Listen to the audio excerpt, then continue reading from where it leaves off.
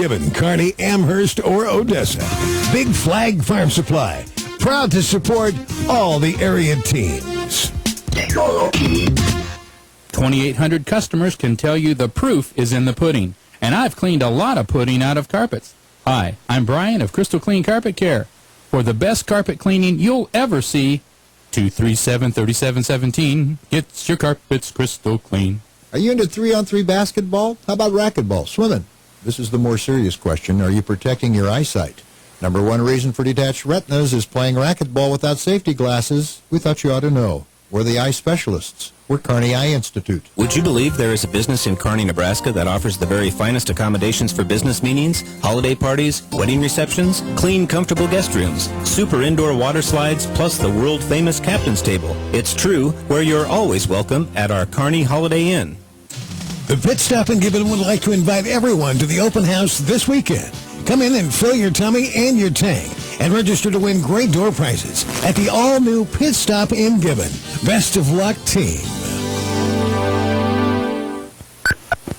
Welcome back to the Air Force pregame show on Power 99. Doug Duda and Randy Bushcutter with you. And Randy, after seeing last night's ball games, anything is possible. Pleasanton was in a dogfight with SEM before they won the last minute, and the exact opposite with Kearney Catholic beating Hastings St. Cecilia. And maybe Game 1 was closer than we thought, and Game 2 was obviously not as close as we thought it would be. And so who knows what's going to happen tonight? Yeah, really, I think if you take a look at things, you probably would have to say that Wood River is probably the favorite tonight. But, you know, you really... This is a game that Gibbon has kind of had circled on their calendar since they got their first win of the season against Shelton. They knew coming down the pike that the middle part of their schedule was going to definitely be the hardest part of their schedule. And at the end, you know, here's a team that we're of equal caliber with. It's a team that we not to say that they were afraid of the St. Cecilias and the Adams Centrals of the world, but they knew that they had an opportunity. Both of these two teams, they knew they had an opportunity when they played each other to come up with another win. And quite frankly, you know, when you're playing Minden, St. Cecilia, Adams Central, there's going to be a lot of teams that are overmatched against those quality opponents. And so both of these two teams are very excited to play tonight because here's a shot. Here's a chance to come away with that win, and it's another opportunity for us to play a team that we are on a level playing field with. And I really expect to have a good game tonight, and the only way to find out is to kick it off, which we're going to do here in just a few moments. And it's unbelievable to think, and of course you say it every year in Week 8, that the season has already come to an end, but that is the case. This is it. Playoffs begin next week. It looks like we're going to have a lot of area teams make it in there. Ravenna, Kearney Catholic in 11-man football, to name a couple. We're going to see the likes of Elm Creek, Pleasanton, Overton, maybe Axtell. Loomis looks like probably in, maybe Kennesaw. Should be a busy week of high school football coming up next Thursday. So we're looking forward to beginning the playoffs. And again, the playoffs will be announced tomorrow on the NSAA website at nsaahome.org, and we expect that to happen at around noon tomorrow. So that's coming up around noon tomorrow. We'll find out who's going where and what and all that exciting stuff. But with the end of the regular season, that really brings us to the exciting part. We're going to be in the football playoffs. We're going to be in the volleyball postseason here in just a little over a week. And so the time is here, and I know here in Wood River they're looking forward to the volleyball postseason. They're in probably the toughest district in C1, Central City, Grand Island Central Catholic, Hastings St. Cecilia.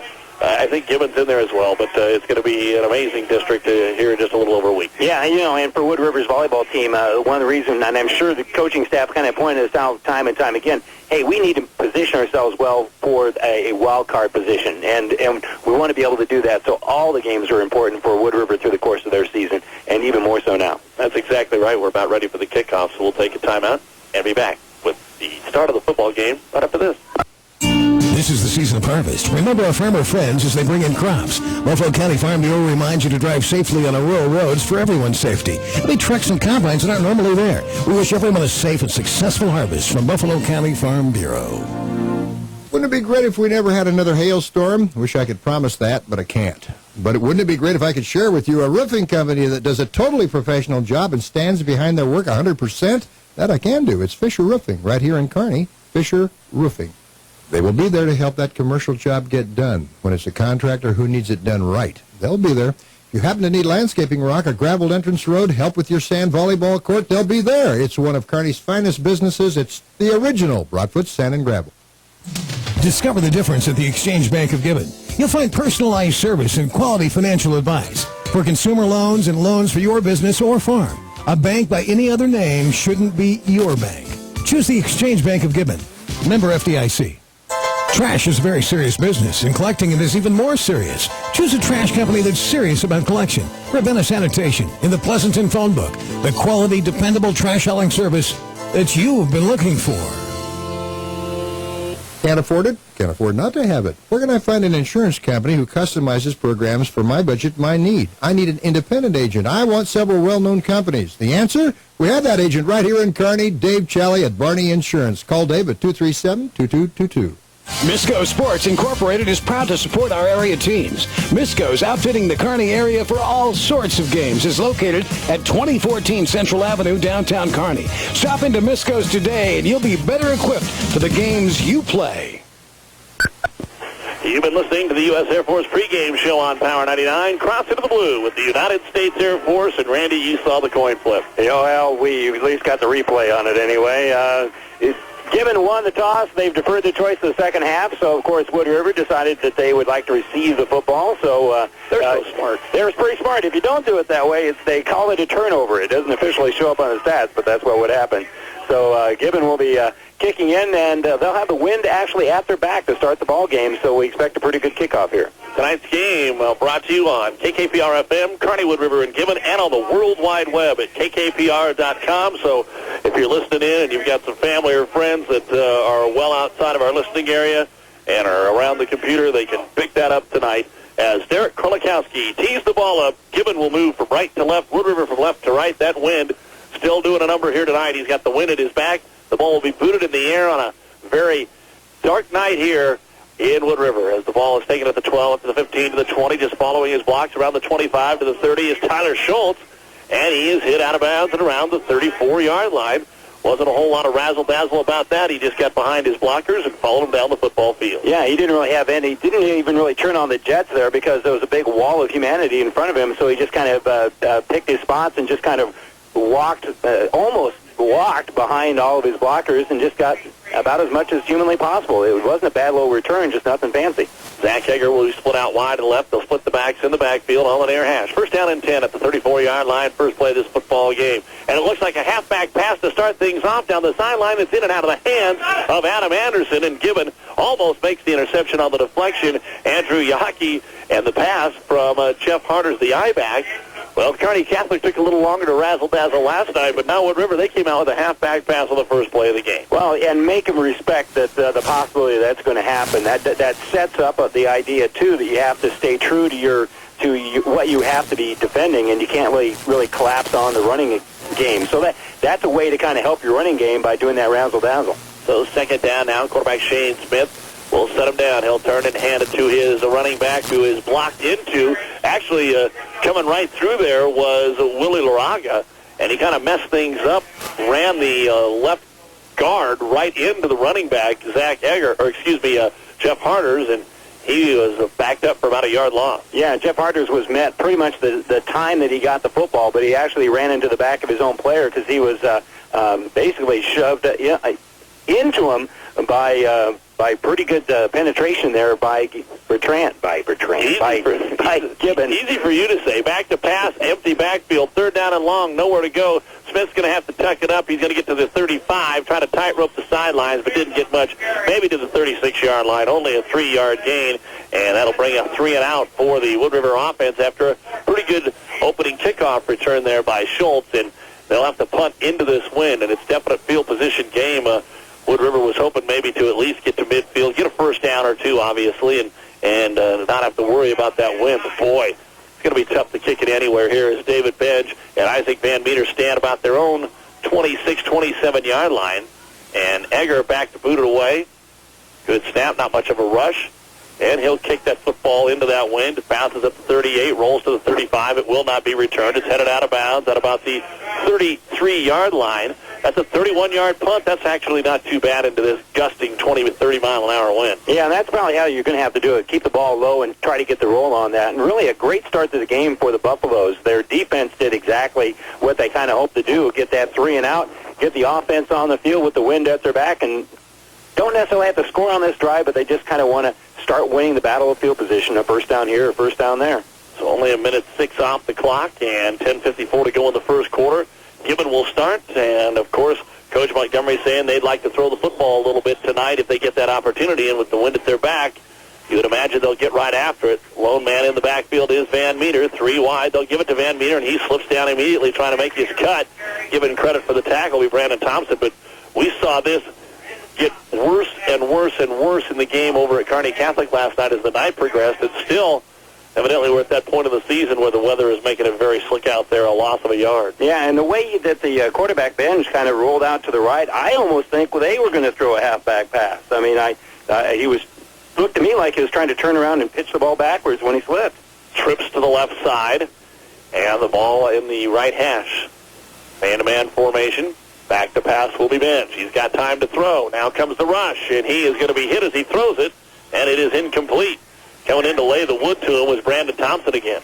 Yeah, a little bit of a tip out there and a lot of purple jerseys around the football. And again, both of these two teams, with their first pass attempts, rather fortunate that they didn't turn the ball over early on in the game.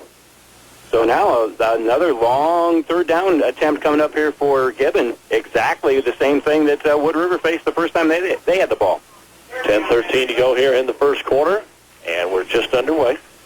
Third down and 11. They're going to put these backfield, split the backs, just about a step behind the quarterback Benj. Unbalanced line, strong to the right. Benj drops straight back to pass. Wants to throw the football. Now he'll roll to his right. Looks for some running room. Makes a juke, makes one man miss. Comes across the 35, and then he's going to be pushed out of bounds short of the first down. And on the tackle for the Eagles is going to be number 1, Josh Harder. And really, only two receivers out in the pattern that time, and that gave Wood River the opportunity to put pretty good coverage on those two receivers. They were able to double-team both of them.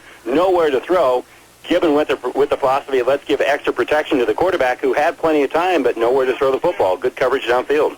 So a 4-yard gain there for Benj, and they will return the favor with a 3 and out. Getting ready to punt the football away. Ball is snapped back to him low. He's going to have to try and run with it. Kolakowski looking for some running room, and he breaks the tackle, 35-40, and he is going to be brought down just short of the first down stake at the 42. The snap was bounced back to him, and he did everything he could. He actually broke a couple of tackles and gained about 9 yards of the play, but it is not enough, and Wood River is going to take over 1st and 10 at the Gibbon 42-yard line. Really strong run there, kind of hung out to dry with that snap, and Casey Almquist right now the hero for Wood River, because if Almquist doesn't make a pretty solid tackle there, that would be 1st and 10 on a broken play. So Almquist, a big play there for the Eagles, and the Eagles with great field position here as they have the ball about the 42-yard line. Well, it was only a gain of 6, but he ran for about 17 yards once you put it all together, as it'll be the second possession here of Wood River. Gibbon acting like they want to blitz. They'll hand it off to Harders. Harders is met at the line of scrimmage and got maybe a yard. In there right away for Gibbon is going to be Jeff Yockey and Mark Juergens. And just no drive there whatsoever, no hole. Just a nice job there by Yockey, and I think Yendra also was in there to kind of stand things up. I mean, just absolutely giving up no ground at all was that defensive line for the Buffs. So 2nd down and 9 at the 41-yard line. Smith looks over the 4-man front. Again, they're faking the blitz on the Buffaloes. Makes him take a little longer count. Turns, hands it off. Tries the same play over the right side, and Harder's got to the 40, maybe stretched the ball just across the 40-yard line. But again, it's only going to be a gain of about a yard. It's going to be 3rd down, and we'll call it 7. And this is, I think, really what Gibbon was expecting. They are just loading up the box. They're expecting the ball to be kind of handed off in between the two tackles, and certainly Gibbon is putting together the defense necessarily stop that, because they are just completely looking for the run on every play. 3rd and 7 at the Gibbon 40. 2 men split out wide to the left. Deuce backfield. Smith again, the long count. He's going to drop back to pass. Wants to throw the football out into the left flat. Incomplete. Trying to hit the sideline route to Josh Harders. And that'll bring up 4th down for Wood River. Yeah, and Jesse Marpolino was over there with great coverage. Even if that ball had been caught, it would have been well short of the first down, but might have given the opportunity that you at least think about it, but with the wind in their face. But at this point, you kick it, and you kick about as hard as you can because that wind is not going to allow for a real booming punt to go into the end zone. Zach Egger back to punt it for the second time. His first one, 31 yards, no return. Again, Benj and Van Meter back to return the kick. And do we have a good snap? Yes, we do. The kick is a short one. That one got ate up by the wind, and it floats out of bounds around the 25-yard line. Let's see where they're going to mark it out. The 26, it looks like. So a punt that did not travel very far, 14 yards that time for Wood River, and Gibbon will take over 1st and 10 at their own 26-yard line. Yeah, I think Eggers was trying to angle it a little bit, but that wind just kept forcing it back. And remember last punt, he hit pretty well, got 31 yards on it. Had he hit the same punt here, the ball would have been down to about the 9-yard line. So 1st down and 10, Gibbon gets the ball for the second time. It's been 3 and out 3 times now, and we'll see if Gibbon can change that here on their second possession. Get a little different look with a stack to the right side, trips to the right side. They'll pitch it with a run that way, Van Meter. Van Meter got a good block. He'll turn the corner. He's going to get 8 and nearly gets enough for the first down as he is pushed out of bounds across the 35-yard line. At the 36, this is going to be all depending on where they spot the ball. Well, they're going to be spotting the ball backwards about 10 yards because they have a flag on the play on the point of attack after actually the running back went through, and so we're going to have a hold here against the Buffaloes. And that will be the first penalty of the ball game. And that'll back the ball up to around the 20-yard line and bring up 1st and about 16 as the flag was... Well, what are they doing? They marked it off from the line of scrimmage and not from where the flag was. So that puts it all the way back at about the 17. And I think there was a mistake made right there unless the penalty flag was not laying where it was supposed to be. So now it's going to be 1st down and about 20 yards to go. And Benj is going to turn, and he's going to hand it off to Van Meter. Van Meter coming around the left side, trying to make the corner. He gets to the 20, but he's upended there by Jeff Harders. And Bryce Baxter does a nice job of stringing that play out. Baxter actually had 2 guys blocking him, and no, he doesn't get the tackle, doesn't even get an assist on the play, but it does force the running back to take a little bit farther track toward the sideline and gave the opportunity for his defense to come up there and make the play. So really Bryce Baxter really was what made that play go. 2nd down and 17 as we are at the 7:45 mark in a scoreless first quarter. Split out wide to the right side will be Andrew Yockey. In will be Marfolino. They've also got a man on the slot to the right side, so trips to the far side. Fake the blitz, and Benj will come back to pass. They had Van Meter out there in pattern. They'll throw it down the sidelines. It's intercepted by Wood River at the 35 to the 30, and tripped up is Zach Egger. The first turnover of the football game as Egger stepped in front. And had he not been tripped up by the man that the pass was intended for, Andrew Yockey, he would have returned it for a touchdown. Instead, Wood River will have to move the football, but the first turnover of the football game on the interception. Yeah, and right now Momentum is certainly wearing purple and a white helmet down there. And let's see if Wood River can punch this one in. They've got a great opportunity here. They've actually kind of got the turnover on downs the time before, and now the interception. They're in great position. So they'll cut it 1st down and 10, 3rd time of the ball game that Wood River has had the football, and quickly they want to go back to pass. Smith goes to his left, nowhere to go, and coming in to make the tackle is going to be Derek Krolikowski. As quarterback Shane Smith was looking for one man in the route, which I believe was Sam Bossert, and he was covered. Nowhere to go with that one, and again, it seems that Gibbon is looking for the pass, but they sniffed out the run on that one right away. They had the guys in the box, but they were able to drop back, and actually with only 1 or 2 guys out in the pattern was able to find those receivers and really nowhere for Smith to go. So that'll bring up 2nd down and 10. Again, 2 men split out wide to the right. They split the backs in the backfield. Smith takes the ball, little toss sweep, trying to get him to the outside. Jeff Harders looking to get to the corner. There's just nowhere to go. David Benj comes in, stands him up, and drops him down behind the line of scrimmage for a loss on the play. Maybe a yard. Yeah, well, you exactly said it. They just string that thing out, and there's just absolutely nowhere to go. And that offensive line for the Eagles have got to find some way to make a seam in there because I'll tell you, Harders has got some pretty good speed and is got a couple of good moves out there, but got nowhere to go. He can make one guy miss, but there's 2 others right alongside him. Well, Coach Chad Wiseman tried the middle of the line the first possession. He's tried to get it outside, and it just really hasn't worked so far. And that'll bring up 3rd down and 10 after the interception. Trips to the short side, the right side. Maybe we're going to see some kind of trickeration, and it's a busted play because the quarterback, Smith, is driven backwards immediately by Willie Laraga. And Laraga came in there. I don't think anybody blocked him. There was miscommunication. I think they had a guard or tackle move out of the way, and Laraga came right through the hole. And it's not like he was blitzing. He's one of the defensive linemen, so Laraga comes through untouched and drills Smith right in the dirt. And the quarterback, Shane Smith, comes out. So that looks like we're going to see another punt, and that's they're going to go for the field goal. This ain't happening. No, I don't think so either. I don't think there's no way. I'm not buying this. They're trying a 48-yarder into the wind. I can't imagine. And it is booted and partially blocked. Partially. It's a little dark here, and my eyes are getting old. I didn't exactly. I was looking for the fake the whole way, but they kicked the football on the field goal attempt, and it's no good. Shocking little development there. And it'll be 1st down and 10 for Gibbon. I was not expecting to see that. Yeah, but in high school, it's not a bad play here because if something happens, if lightning strikes, you get 3 points. Otherwise, you spot the ball at the 20-yard line. Yeah, maybe they get a better look at this than with the punt. Yeah. And it's more likely to get the touchback. Remember, the last punt only went 14 yards, so this is actually better than their previous 4th down play. Gibbon's going to line up in the I formation, and they'll turn and hand it off, looking for some running room. Van Meter, good job of blocking there, trying to shove Adam Anderson out of the way, but he wasn't able to get a whole lot because coming in was Brandon Thompson.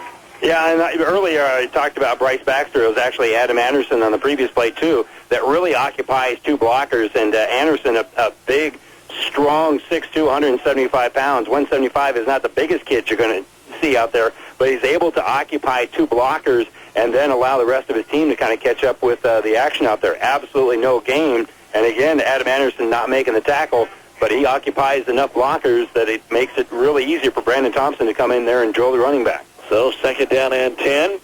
3 men in tight in the formation of the right side. A toss sweep, trying to get it outside is Van Meter, and he's got nowhere to go. He's going to be tackled from behind by Josh Harders as he turned the corner. Got about 5, maybe 6 yards across the 25 out to about the 26. That's the biggest play so far for Gibbon. Yeah, and this is a play where they can either run or they can throw it here because it's just a little bit less than 5 yards on 3rd down. So there's a lot of plays in your playbook for Gibbon, and I wouldn't be too surprised to see them run on the short side of the field because it's been awfully tough to run on the side that has Adam Anderson on it. 4 minutes to go, first quarter. We remain scoreless. Gibbon trying to get the game's first down right here. Bench turns, hands it to Marfolino. Marfolino off the right side, got a couple, and then ran into a wall of purple jerseys and is going to come up short of the first down. The ball popped out. Bench picked it up, but it had already been blown dead. Egger is in there on the tackle, and also in on the tackle is going to be number 50, Casey Almquist. Yeah, good yard. And here you punt it, obviously, ball right at the 30-yard line, and again, with the wind at their back, this will be an opportunity for the Buffaloes to start kind of winning back that battle of field position. And problem for them, they're going to lose the wind here in about another 3 minutes and 20 seconds. Well, Gibbon is going to go for it. 4th and 1 at their own 29-yard line. What the heck? They will go with the long count. Quarterback keeper Bench has it over the right side. He's got 3 or 4 and may stretch it out to about the 34-yard line.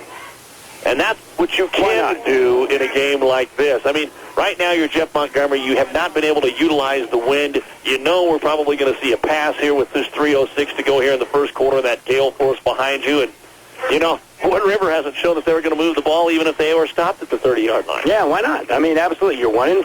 It's an opportunity for you to make something happen. Why not make something good happen?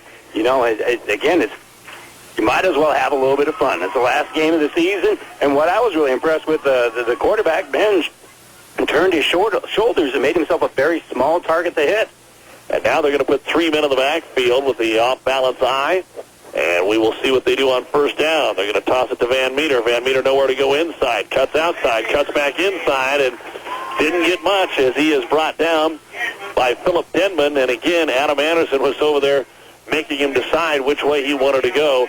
and he lost a yard on the play, 2nd and 11. Adam Anderson absolutely refuses to get logged on the inside and allow them to turn the corner. He does exactly what he's probably been trained and drilled and dealt with the 3 years he's played high school football. Do not let them block you back down to the inside. Always string it out, and he has not failed in that task at all so far this game. 2 minutes to go here in the first quarter. And again, they're going to line up in basically the Maryland I. They'll offset it a little bit. There are no wideouts. And Benj with the count on 2nd down. He's going to fake the handoff. He wants to roll. He's looking for his end. Avoids the pressure of Anderson. Now rolls to his right. Throws it over on the left side. And it is intercepted again by Sam Bosser. Down the sideline, 35 to the 30. Still on his feet. And finally brought down at the 25-yard line. The second interception on basically the same play. A rollout to the right. Only this time there were no wideouts. He was looking for an end. Yeah, and it's kind of an intermediate range pass, and with that wind at their back, kind of surprised they're not trying to throw the ball a little bit deeper and then work it a little bit more on the inside. But good defensive coverage there by Wood River. Enough pressure was on the quarterback. He wasn't able to kind of see the entire field, and just kind of waiting to pounce like a cat was the Wood River defense for the second time tonight. They just kind of stay behind the receiver, and then they make the move. So some mistakes early on here on a couple of turnovers for the Gibbon Buffs, and that will give Wood River even better field position than the last time they picked it off. It'll be 1st and 10, just outside the Buffalo 25-yard line with 1:38 to go here in the opening quarter of a scoreless football game on Power 99. And while the Buffaloes have made their mistakes on offense, their defense really has risen to the occasion because Wood River's not been able to get anything going offensively. Oh, we're going to get maybe an illegal substitution here from Wood River. Brandon Thompson ran in after they broke the huddle, and Almquist ran out. But they're no flag. They're going to go ahead and play, so they didn't break the huddle with 12 guys, I guess. And the quarterback, Smith, going to hand up the middle, big hole across the 20, down to the 15-yard line. That might be close enough for a first down. That's really the first good hole that a Wood River running back has had the opportunity to find. It's going to be just short of 1. 2nd down. 2nd down, 1 yard to go here for Wood River. And they'll line up with that split backfield one more time, trying to get their first down. They'll turn and hand it off. Looking for a little room is going to be Tyler Schultz, and he's going to get enough for the first down here for Wood River. So Tyler Schultz gets the first down for the Wood River Eagles. And that'll move it just across the 15-yard line.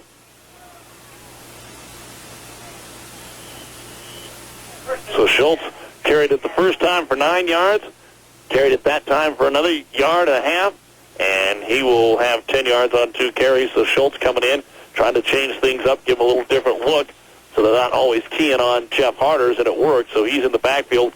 Won't call him a fullback because they actually have the back split. 1st and 10 at the 15-yard line.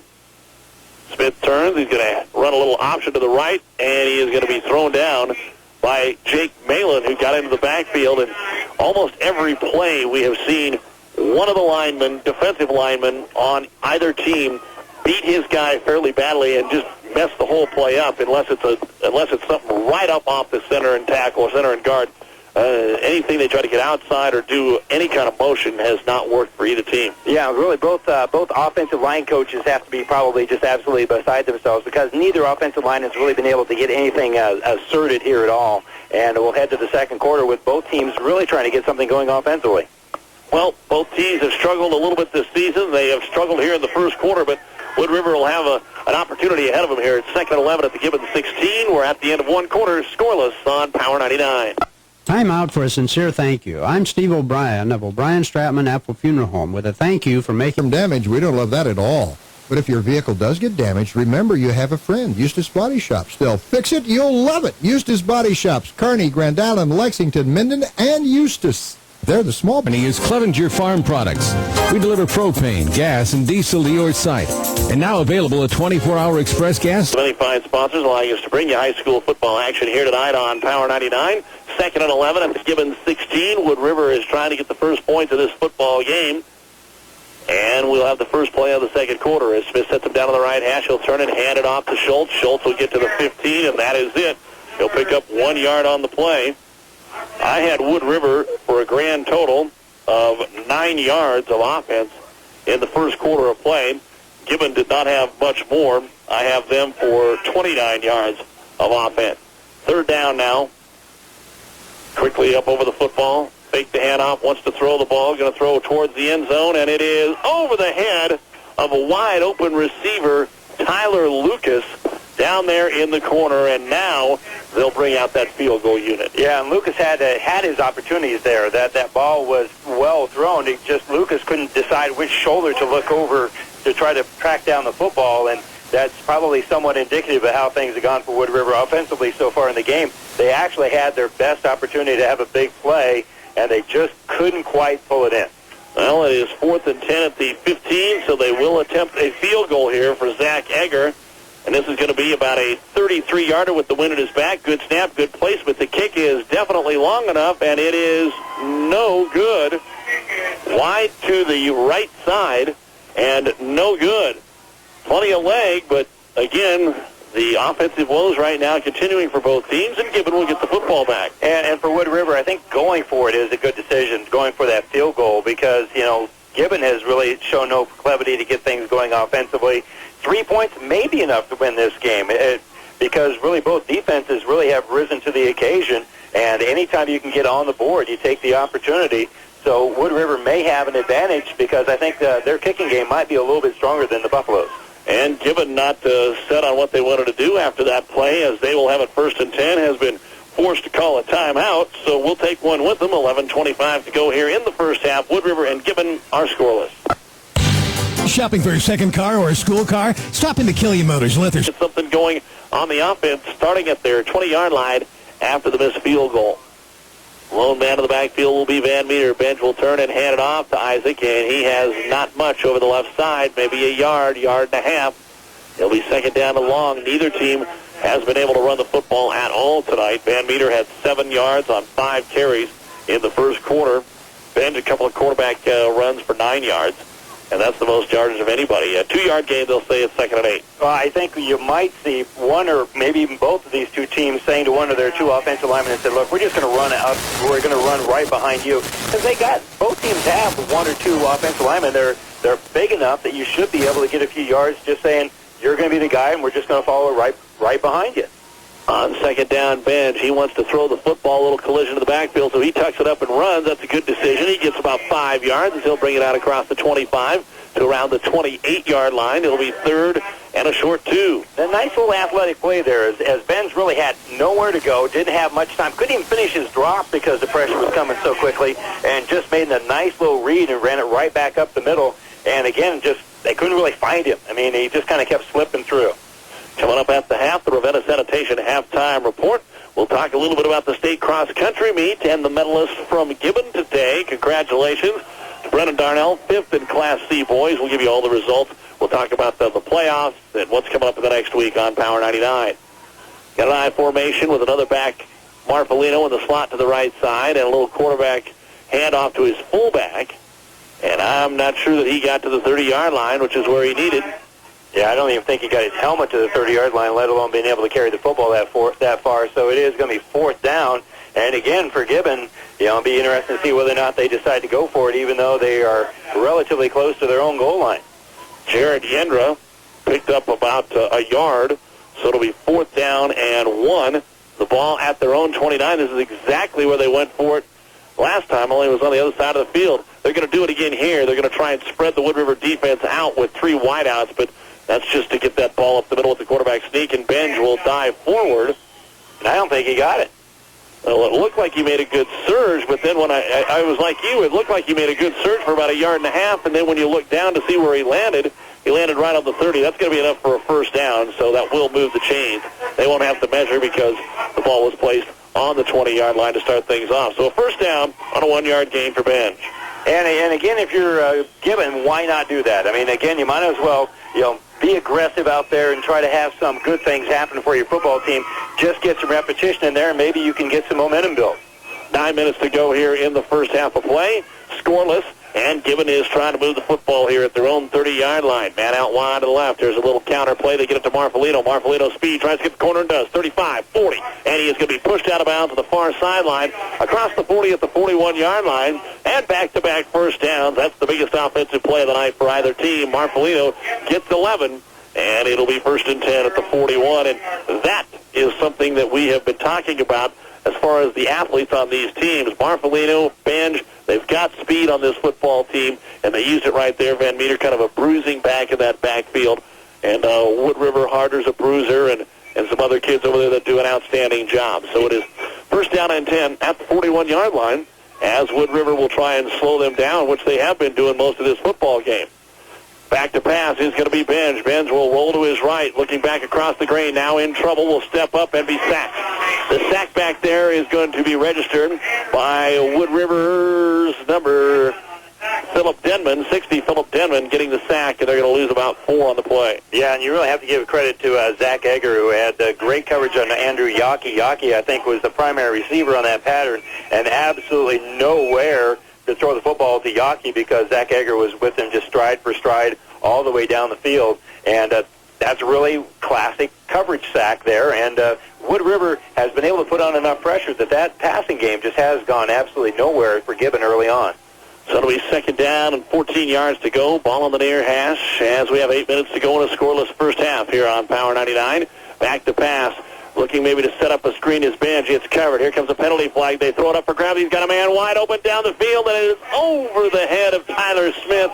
It would have been a touchdown, but the only consolation for Tyler is the whole basket full of laundry is setting back around the middle of the interior line, and that is a hold. Yeah, and an obvious hold as well, because like you say, there was about 3 or 4 flags thrown right there on the point of attack. They are actually going to decline it because that's going to set up now 3rd and about 15. No sense giving them another play. Apparently that's the decision for the Wood River coaching staff.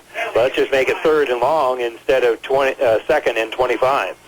Yeah, it's hard, hard to tell what you want to do. I mean, that's a coin flip, I think, especially with the wind blowing the way it is tonight. That kind of doubles your field position, I think, with the wind blowing this hard and kind of switching around out there as I say that. But Gibbon was going into the wind.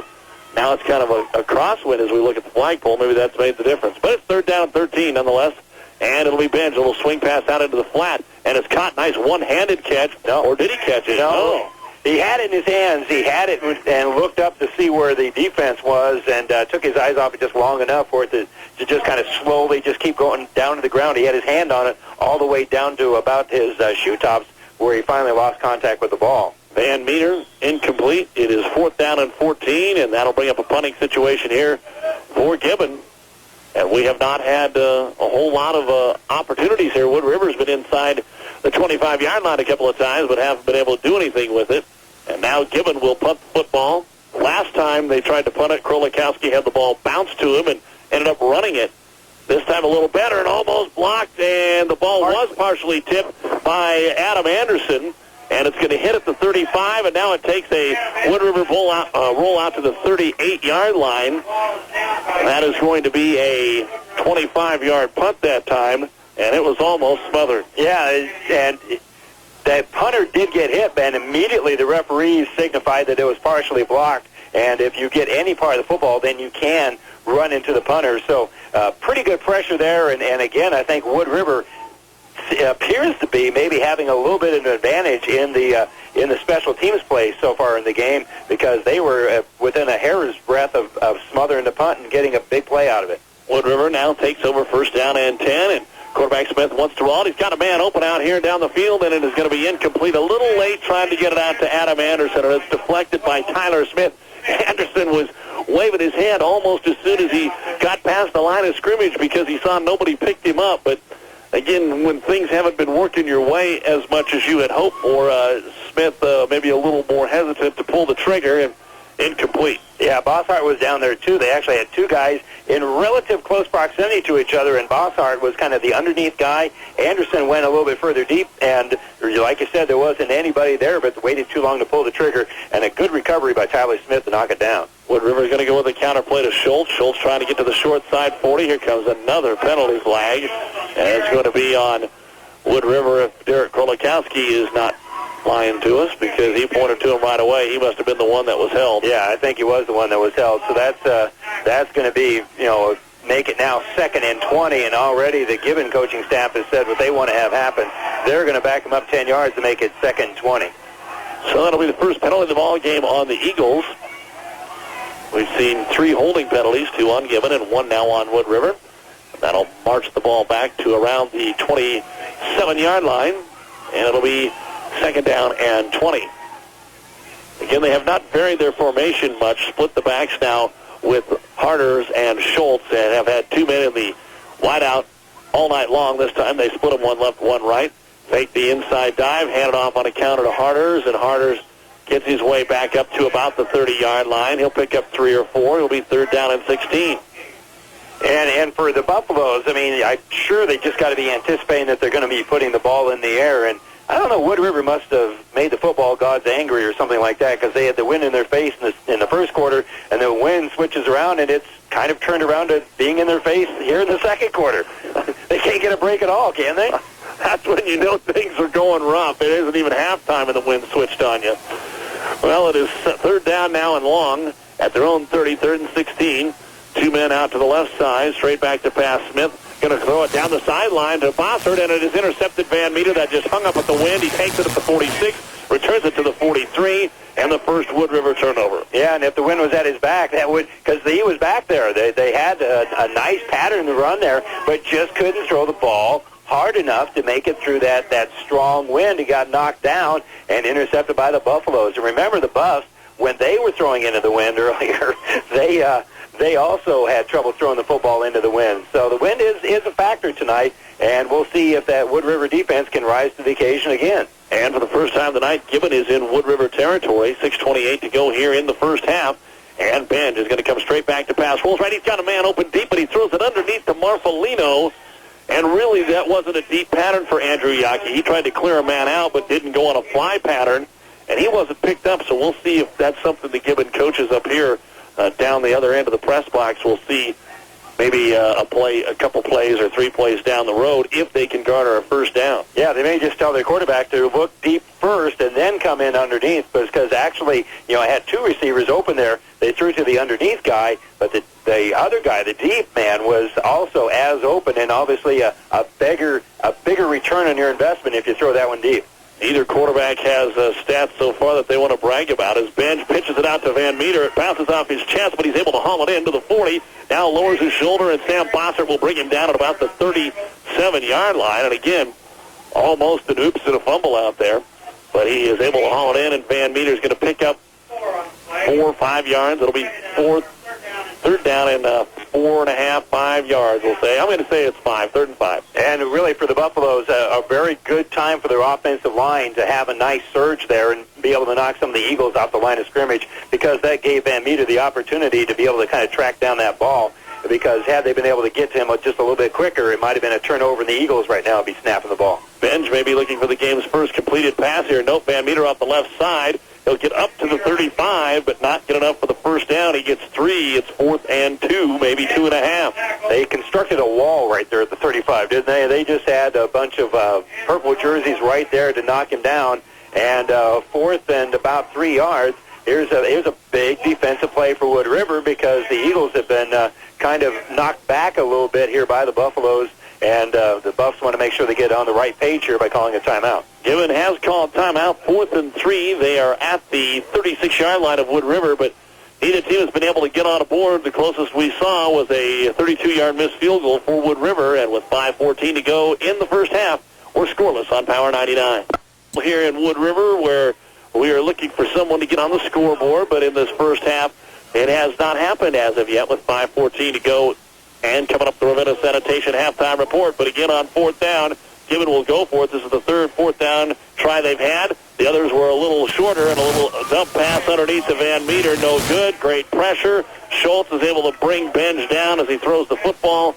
And this will be the first time that Gibbon cannot convert on 4th down. Benj 0 for 5 with an interception. And on the other side, Shane Smith 0 for 4 with an interception. So the score remains 0-0, and Wood River will take over. First down and 10 at the ball placed at their own 35-yard line. So let's see if the Eagles can get something going. And this might be one of those 7-0 football games, but whoever gets 7 is going to be pretty happy by the end of the evening. And now we've got penalty flags before we can get the snap away. Somebody on the line moved one side or the other. And it looks like it's Wood River because they're going to go the other way. Second penalty, 15 yards now on the Eagles. And again, right now, Randy, it looks like a football game between teams that have struggled this season. They just can't get any offense going. The defense are playing well, but the offense just hasn't been able to hold up. Yeah, to be quite honest with you, both of these defenses are solid, and they're playing a good brand of football, actually, but the offenses just are not able to kind of get anything established on the line of scrimmage. I mean, both defenses are winning that battle up front on the line. The offensive lines need to find some way to kind of get something going because both of these teams at the skill positions have enough speed and talent if they get a place to run the football. Zach Egger out wide to the left on second down and 15. They'll turn and hand it up the middle. Schultz will move the pile a little bit forward. Get 3, maybe 4. The tackle's going to be made by Wade Busso. And exactly, as if on cue, there's a good example. Tyler Schultz with absolutely nowhere to run with the football. And, he's got pretty good speed. If he could find some sort of seam, he can make some sort of foot race out of it. But the offensive lines just aren't being able to do that, and you got to give the defensive line credit for that. Don't forget, in the fourth quarter, we'll have our Play It Again Sports Play of the Game, brought to you by Barry and the Gang at their new location, North Webb Road in Grand Island. And we'll see what that is as this game progresses. Second down and 11. Gain of 4 after the penalty. They will move Harders in motion, leaving Schultz the lone setback. Looking to throw it out to him. Now going to go deep over the middle, and it is tipped and intercepted. Benj with the interception, 45-40, down the sideline, 35 to the 30 before he is tackled there. And the turnover is now evening out as Brandon Thompson got him. And a very late flag at the end of the play. It appeared to be at the end of the play, so it may be a hold right there where the block is made at the end, or, it's a block in the back. So they're going to back him up a little bit and negate some of that field position. But again, another good opportunity here for the Buffaloes. Even with that block in the back call, they're going to get pretty good field position. And it might be that the defenses need to get something going offensively. A defensive touchdown might be the key to this one because both teams have turned the ball over a fair number so far in the game. So the block in the back on Gibbon. 10-yard penalty, but it still gives the Buffaloes possession inside Wood River territory. First and 10 at the 41-yard line, and Wood River ran the halfback pass on the first play of the game. It was incomplete, but right now, Randy, it would seem like it's going to take something like that to waken one of these offenses up.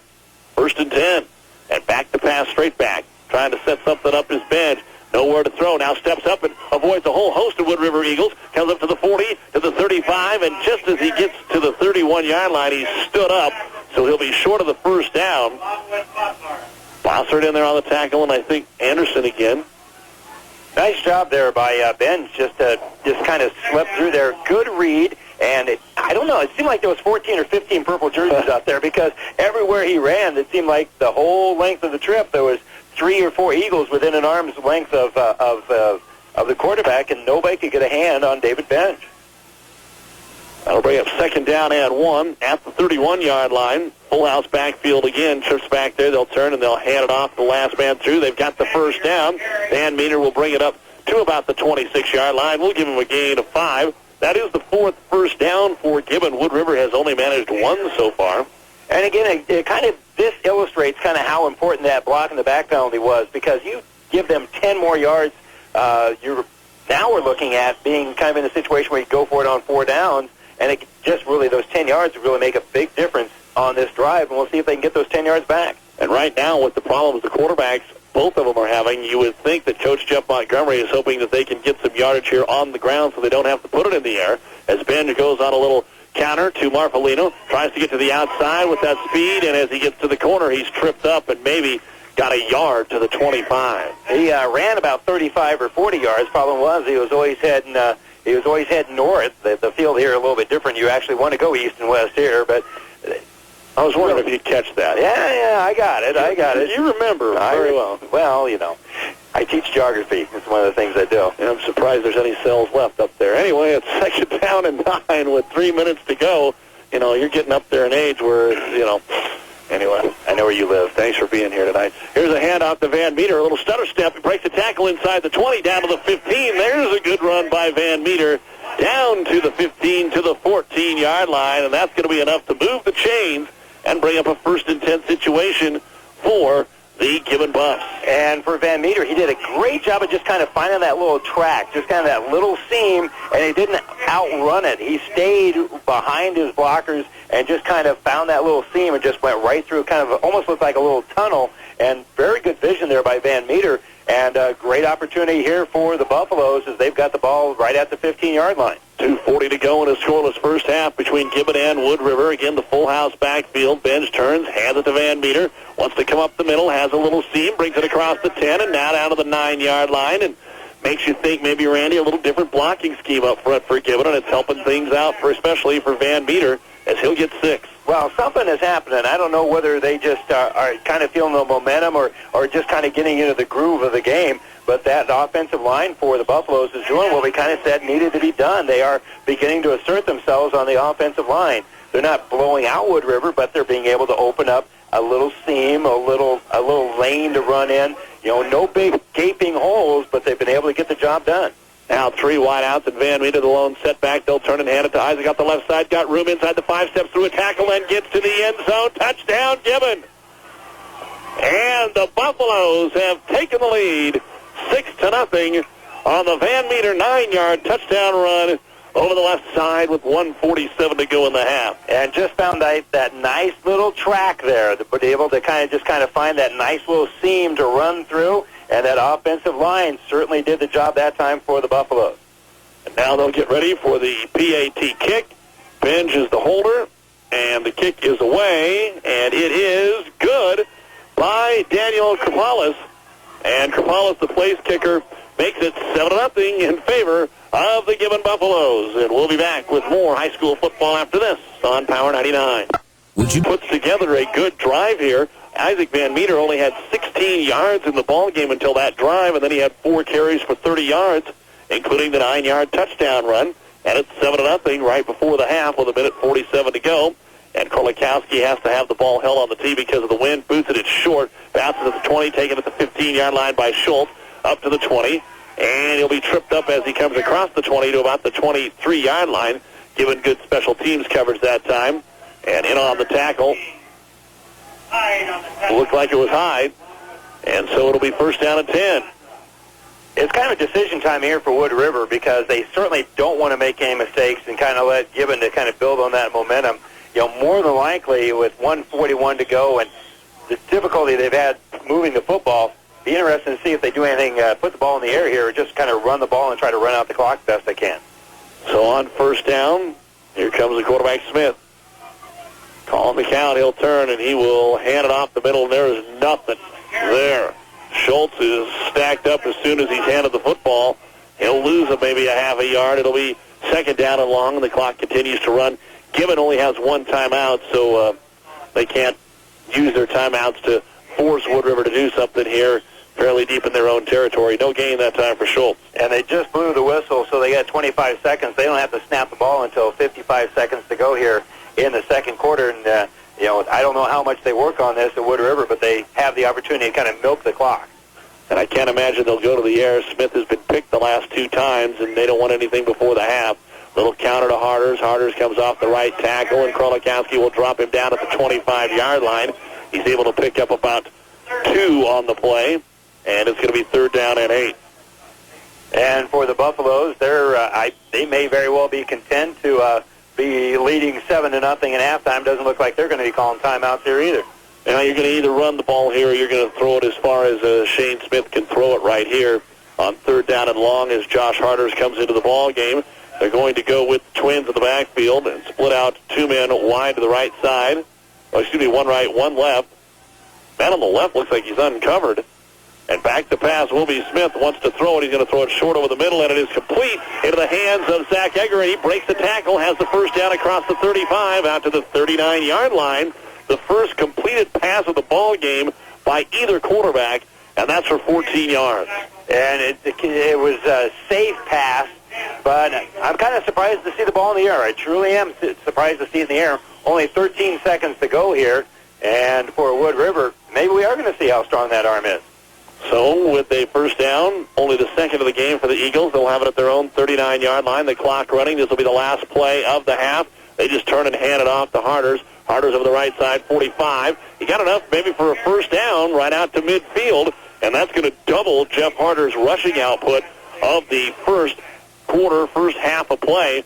as that 11-yard run takes him from 7 yards up to 18, and Wood River gets 2 of their 3 first downs on the final 2 plays of the first half. After one half of play, Gibbon, 9-yard touchdown run by Isaac Van Meter at the 1:47 mark of the second quarter, brings us to our halftime score of the Gibbon Buffaloes 7 and the Wood River Eagles nothing. And Randy, this halftime entertainment tonight, the Wood River Spirit Squad will be performing to a song called Hip Hop. Tonight's members are going to be very excited about performing because we have a few wonderful seniors out here that this is their last dance for the football season. These seniors are Captain Sarah Quisenberry, Captain Brooke Denman, and I'm trying to look for, I can't see up here. Where's Sarah Keys? Sarah Keys, where are ya? Who's behind the pole over there? I still can't see it. Riley Tarks is also a senior, and she's unable to be here tonight. The rest of the team includes junior captain Kelsey Brown,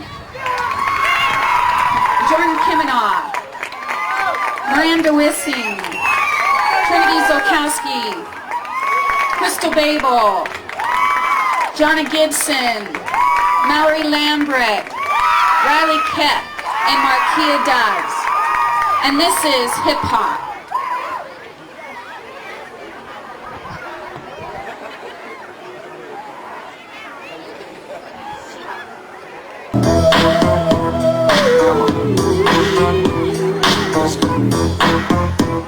I see you now.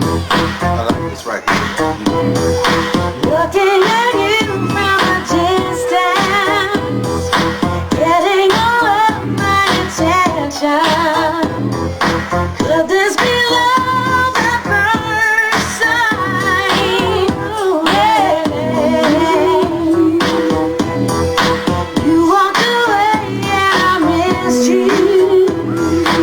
Visions of wanting to kiss you.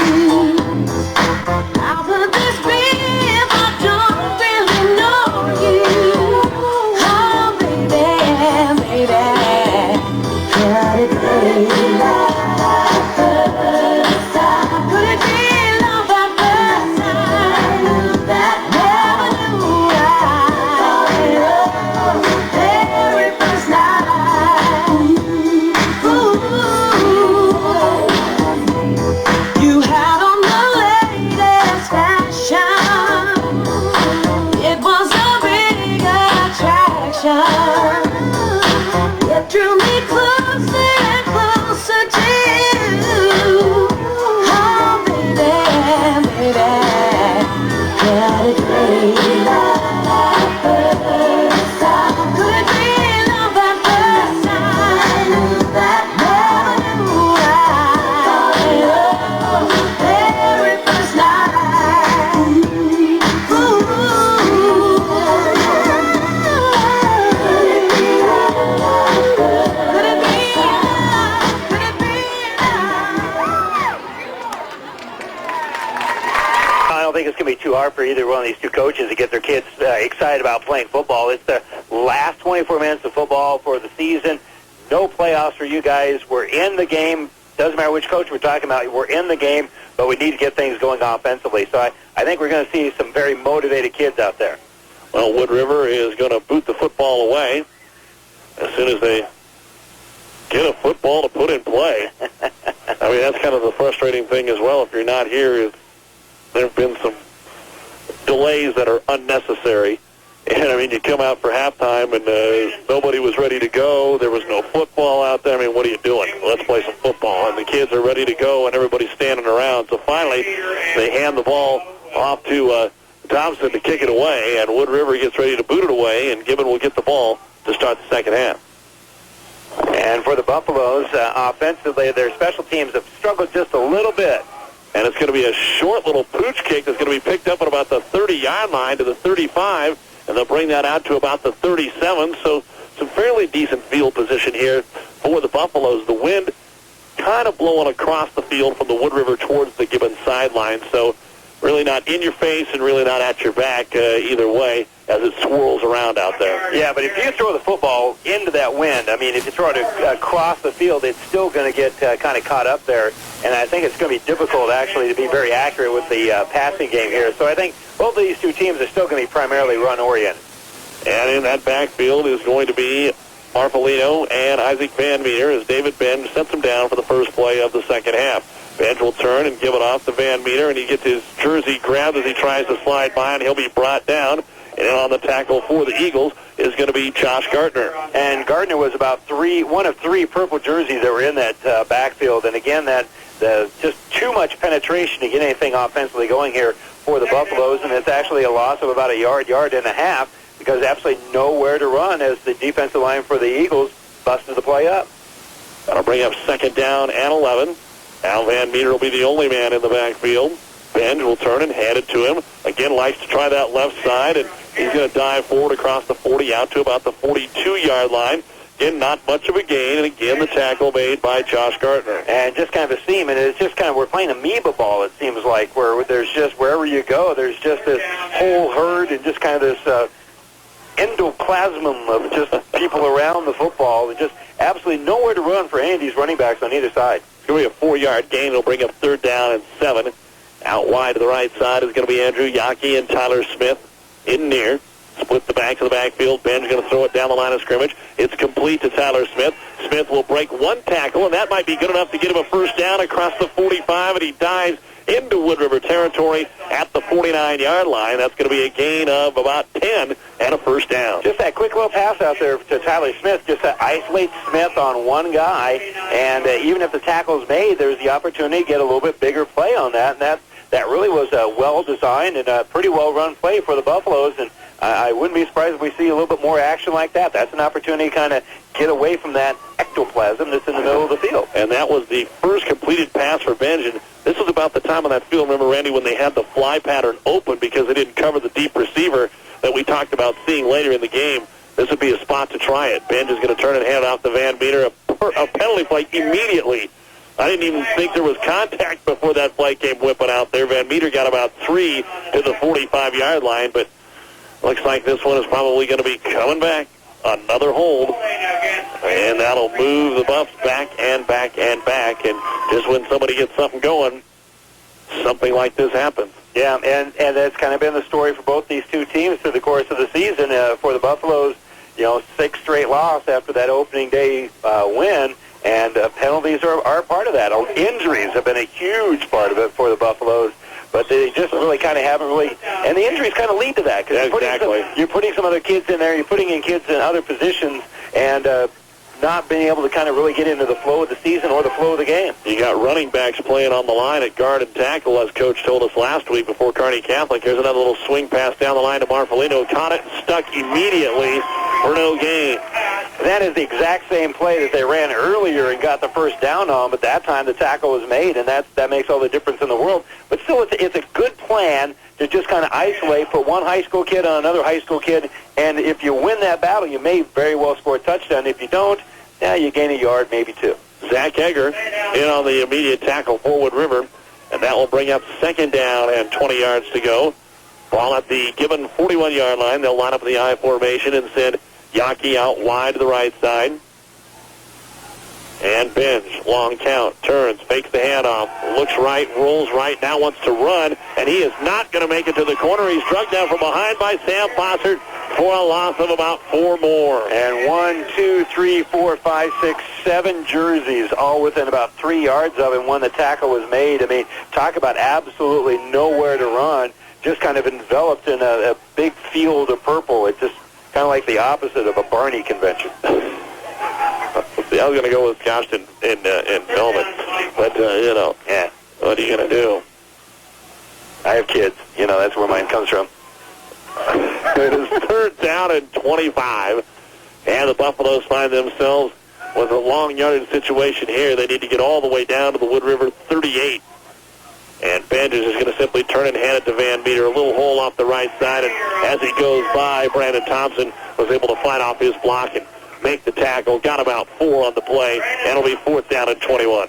And quite frankly, at this point, if if the punt gets where a first down would have got them, I think they would be very content with the situation here as the wind just keeps whipping around. It'll be interesting to see what that ball does in the air once it gets in the air. And back deep for Wood River, Sam Bossert, you kind of wonder how difficult, if this is a booming punt, how difficult it would be to actually field the football. Well, we haven't had really anybody been able to do anything with the punt either, so we'll see what happens as Krolikowski gets ready to boot it away. The ball marked at the 39. Good snap, little rush. He gets it away. Great kick. That nice through the wind. It'll be taken at the 15-yard line. Bossert up to the 20. He's got some room. 25 to the sideline. 30, and a good open field tackle by David Benj to stop a huge return. 15-yard return that time, and that was an excellent punt, but now, again, all kinds of laundry on the field.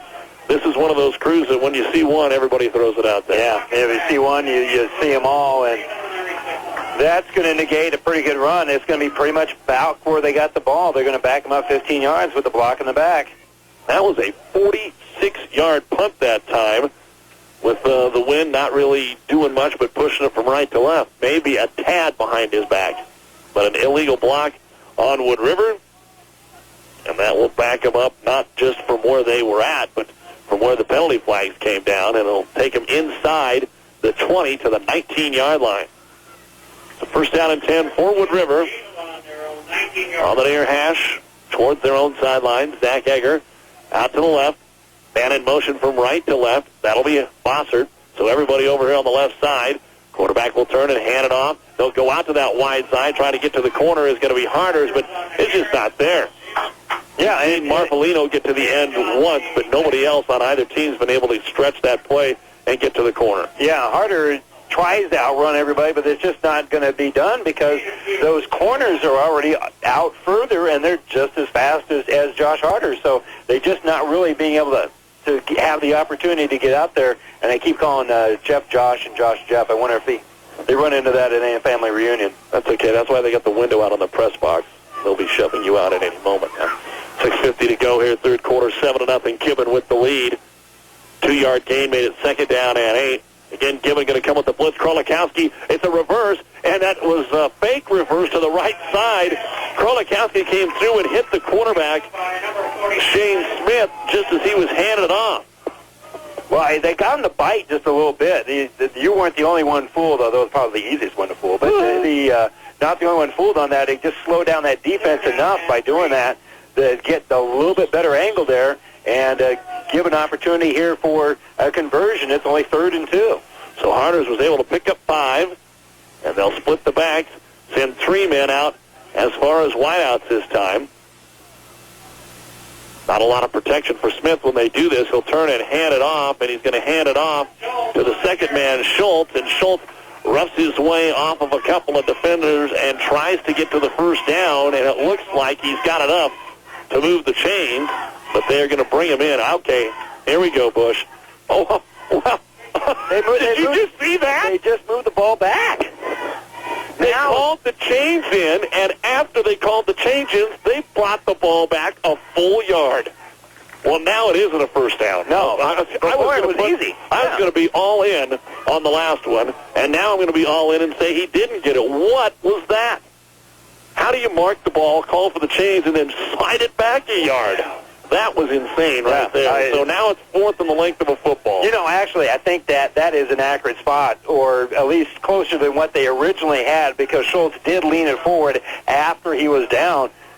But you're right. You mark the ball first, and then you take a look at it. Well, a couple of times the Gibbon Buffs have went forward 4th and 1 in their own, deep in their own area, and now they're going to try at the other end, and the only man to snap the ball is the center, Alex Egger, and he gives it to Smith. Everybody stands still, and Smith follows his center for the first down. So it all works out, but again, a little strange with 6:15 to go, third quarter, 7-0 Gibbon. Yeah, they basically got back what they lost after they called for the measurement. The first down of the second half for Wood River, their 4th of the football game. You forgot your halftime snack there, Bush. You know, if you put ketchup with a bunch of water, now you got soup. It's an old college trick. Yeah, I was going to say, back in the day. So first down and 10 for the Eagles here. Chance to get something going. Now will they fake that reverse again? Yes, they will, and Harders this time has it smelled out, and he is going to be dropped behind the line. That same play that Harders gained 5 on just a series ago doesn't go anywhere here, a loss of 1. And they just didn't get that that surge at the point of attack by the offensive line for the Eagles, and that's just kind of been indicative of kind of how the game has gone. They haven't been able to get 3 or 4 good plays together in a row, and so that's the difficulty. But give credit to the Gibbon defense for making it so hard to do. Shane Smith, long count, going to turn. He's going to hand it to Schultz. Schultz hit immediately, but spins out of that one and then brought down by Wade Busso after he spins across the 30 out to about the 32-yard line. Got a couple, but it's still 3rd and 9. Yeah, and quite frankly, that's a heck of a run by Schultz because he had absolutely nowhere to go, made a nice little spin move to get what he could, and actually it was a pretty good effort just to get back to the original line of scrimmage. Just, again, no offensive line surge there for the Eagles, and they just need to kind of get something going, open things up for Schultz and company. That's what we talked about in the first half. Somebody always seemed to be breaking through, and again, as the teams come up and get set, we're going to see a flag. 3 penalties in the ball game against Wood River, 4 against Gibbon, and now it's even because Wood River lined up in the neutral zone. So that'll make it 4 penalties for 30 yards. And again, it just kind of throws you off schedule. First of all, it was going to be tough enough with 3rd and about 8, and now 3rd and 13. Really, you may very well see a draw here just to have a conservative play. But realistically, to get a first down, you're more than likely going to have to chuck it into that wind a little bit and try to get a first down that way. Again, Smith has not put the ball up yet in this half. He's completed only 1 pass in the ball game. Schultz, the lone man in the backfield. They got trips to the left side. Krolikowski looks like he wants to blitz, holds up. Smith rolls, has some time this time, but nobody's open, so he's going to have to run, and no way he's going to get the first down. Across the 25, he'll be brought down to the 28. He got maybe 2 or 3 yards, and it's going to be 4th down and 12. And nobody really kind of broke into an open area for the Eagles because, yeah, he had plenty of time to kind of roll out there and look for somebody. That's when your receivers kind of need to come back and give your quarterback a little bit easier target to kind of handle. They kind of maintain their patterns instead of coming back to try to get the quarterback's attention and make a target for him to throw to. So it will be a punting situation, and back to boot it is Zach Egger. The last time they got a tip on it, and another penalty flag. Looks like we've got illegal procedure on the right side of the Wood River offensive line. And that'll back him up even farther in this game of field position. We've only had really 1 true drive, and that's what led to the score. Gibbon was able to move it 40 yards after getting an interception by David Benge. There was a penalty, actually, on the return, a block at the back that moved it back to the 40, but it was capped off by Isaac Van Meter's 9-yard touchdown run. The ball spotted at the 23-yard line. Snap is good. He'll be able to get this one away, but not a whole lot on it. It just dies up in the air, and now it takes a huge Gibbon pounce, and it's still loose, and it bounces all the way back. Let's see whether they're finally going to spot this one. We've got officials standing all over the place, and it looks like they're going to mark it down at the 26-yard line. I think that was a punt of 0. Yeah, I think they didn't move the first down marker very much, if at all. And he just didn't really have it seem like a good follow-through on that, and it took just an absolutely horrible bounce, and definitely the football gods are against him because the wind switched, and he had to kick right into the teeth of that wind. I will put it down as a 1-yard punt. First down and 10, Gibbon. Great field position again. Van Meter from the 26. He'll take it across the 25, still on his feet, 20. Now he's breaking tackles inside the 15, and he's down to the 10-yard line. And Isaac Van Meter has decided that he wants to see Gibbon pick up another victory before this season ends, and that is a huge run. It'll be 1st and goal at the 8. A very interesting run because I don't think Van Meter ever got full speed. He just kept kind of just dancing around, taking a stutter step here, stutter step there, just kind of dancing through kind of a wormhole there just to kind of get underneath that blocking. And great run, but never full speed. That's the biggest gain of the game by either team. It was 18 yards. 1st and goal at the 8 to Van Meter off right tackle, and coming in is going to be the Eagles' Brandon Thompson. He is leading the team in tackles tonight. He gets another one there dumps him down for no gain. And Thompson just, threw off his blocker like a rag doll and did the exact same thing when he found the quarterback. Just not to be denied, and a great play by number 78, Brandon Thompson, just kind of fight his way through all that. And when you're 287 pounds, you should be able to toss a few people around, huh? 2.5 to go. Third quarter, Gibbon 7, Wood River nothing. Gibbon moving the ball on the ground right now. Wood River trying to make him put it in the air. They'll turn and give a little counter to Van Meter. He slips through one, but not the second tackle. He'll be dumped behind the line of scrimmage by Jeff Harters, and that'll make it 3rd and goal from just outside the 10-yard line. And we'll see what Gibbon wants to do now. Wood River trying to force him to put the ball in the air. Well, they cut back, and I think the reason he had to cut back is because he had nowhere to go, because Brandon Thompson, again, was able to have that penetration and figured I didn't see or didn't feel any pressure to my left, and then he went that way, but that is not the way that play was designed to go. Now there are 4 men out. Jared Yendra, the only man in the backfield. And Benj is going to fake the handoff, roll to his right, wants to throw the football underneath to Marfolino, and it's in and out of his hands. Good coverage by Sam Bossert at the 6-yard line. And that'll bring up 4th down. And right now, it looks like the whole new troop is coming out for Gibbon. We may see a field goal attempt. Yeah, the field goal unit on the field. And why not? If they can hit this, they go up by 2 scores, and Wood River has not gotten very close at all to even come up with their first score of the game. Gary Warner and Tyler Carmen among those that come in on the line. And the kick by Daniel Kerpalis is on the way, and it is no good. Looks like it was wide to the left, and that field goal attempt of 26 yards just missed into that wind. Boy, I thought when he kicked it, it was going to be good, but just missed it. It just had a little bit of a knuckle on it that just kind of got that wind accentuated just a little bit more, and that swirling wind, well, maybe the football gods are not that upset with Wood River, because I think they got a fortunate switch of wind at the right time. And for the Buffaloes, good drive, not good enough. For the Eagles, they still got a shot here. They're still within 1 score of tying up the game, one play away. Yeah, and you kind of have the feeling he makes that field goal, then might be the game. Yeah, you because really do. The way the teams are moving, and each team has missed a field goal now. I guess technically Wood River has missed 2, but it was a 48-yarder into the teeth of the wind that looked like they really were just trying to punt it, and instead just decided they'd go with a field goal and make sure that they got it into the end zone. Here's a handoff inside, and nothing doing for Wood River. It'll be 2nd down and 10. And again, this is kind of really gut check time for the Eagles and their offensive line. I mean, this is we're getting to the point where you really got to get things going here. There's only 13 and a half minutes left in the season, and it's time for the offensive line to say, all right, we're going to take this on our shoulders and we're going to run with it. Don't forget, when the ball game's over, the Misco Sports Postgame Show, all the final stats, and we'll recap tonight's ball game between Wood River and Gibbon, but still a lot of game left. It is 2nd down and 10. A little counter play to Schultz. Schultz finds a little gap, and then Yendra stands him up, and then he's run over by Willie Laraga. Laraga, we heard a lot from him early and has been kind of quiet since, but he was in there on that play. Nice run by Schultz.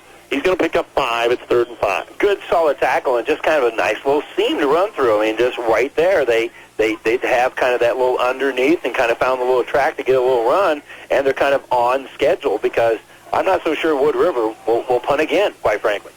Well, if they get this, if they don't get the first here on a run, they would be able to switch sides and punt with the wind behind their back. A little toss out to the outside. It is going to be across the 35 and enough for a 1st down for Jeff Harters. Harters actually finally had some room to try and juke and make a move, and when he did have some time, he was able to utilize it and get in that gap. He'll pick up 6, 1st down. No, you're absolutely right. How many times have we actually seen Jeff Harters be able to put on any kind of move whatsoever? And he was able to do it on the other side of the line of scrimmage. After gaining 2 yards, he put together a nice little move and was able to kind of extend that run out a little bit and up for the 1st down.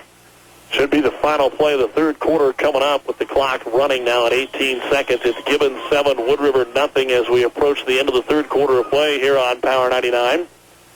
And again, they'll split the backs. Nothing fancy in the offensive set. They'll turn and hand it to the first man through, and that's Jeff Harters, and he's going to pull his way forward for a couple out to about the 35-yard line. Good gain on the play of 4, and that will be the end of the quarter as Harters 34 yards in this football game, 16 here in the quarter. But we have seen the football stay on this side of the 50-yard line for most of the 3rd quarter of play, and now the teams will switch ends and the win will be at Wood River's back. We go to the final quarter of the season for these two teams. It's Gibbon 7, Wood River nothing on Power 99. Eagles, they're at their own 34-yard line, trailing Gibbon 7-0 here on the first play of the fourth quarter. Quarterback Smith will set him down. Little toss. Here's that reverse. Trying to get it to Bossert. Can't get outside, so he cuts it back up the middle, and Yendra is there to drag him down short of the 40-yard line and short of the first down. It's going to be third down and about 2, a very short 2. Mark Juergens for the Buffaloes was able to get across the line of scrimmage and kind of force that one back to the inside. That was designed to go much further out. Good read and kind of coming back and cutting back against the grain a little bit, getting what you can out of the play, but really defensively, Mark Juergens there with the play. Now third down. 2 minutes out wide to the left, ball right in the middle of the football field. They want to run it to the left. They give it off to Schultz, or is it Harders? It is Harders this time, and he's got enough for the first down. Out across the 45. There was a good surge that time from the left side of the line, and he hit the hole in a hurry, and that'll move the chain. It really does kind of seem like that maybe the Eagles are doing exactly what they said they needed to do. They're beginning to kind of assert themselves a little bit on that offensive line and give that offensive line credit. They're starting to open up, not huge holes, but enough holes to give those talented running backs somewhere to go. Wood River trying to move the ball on the ground, and again, just when something's going, here comes a penalty flag. Oh, no, a timeout.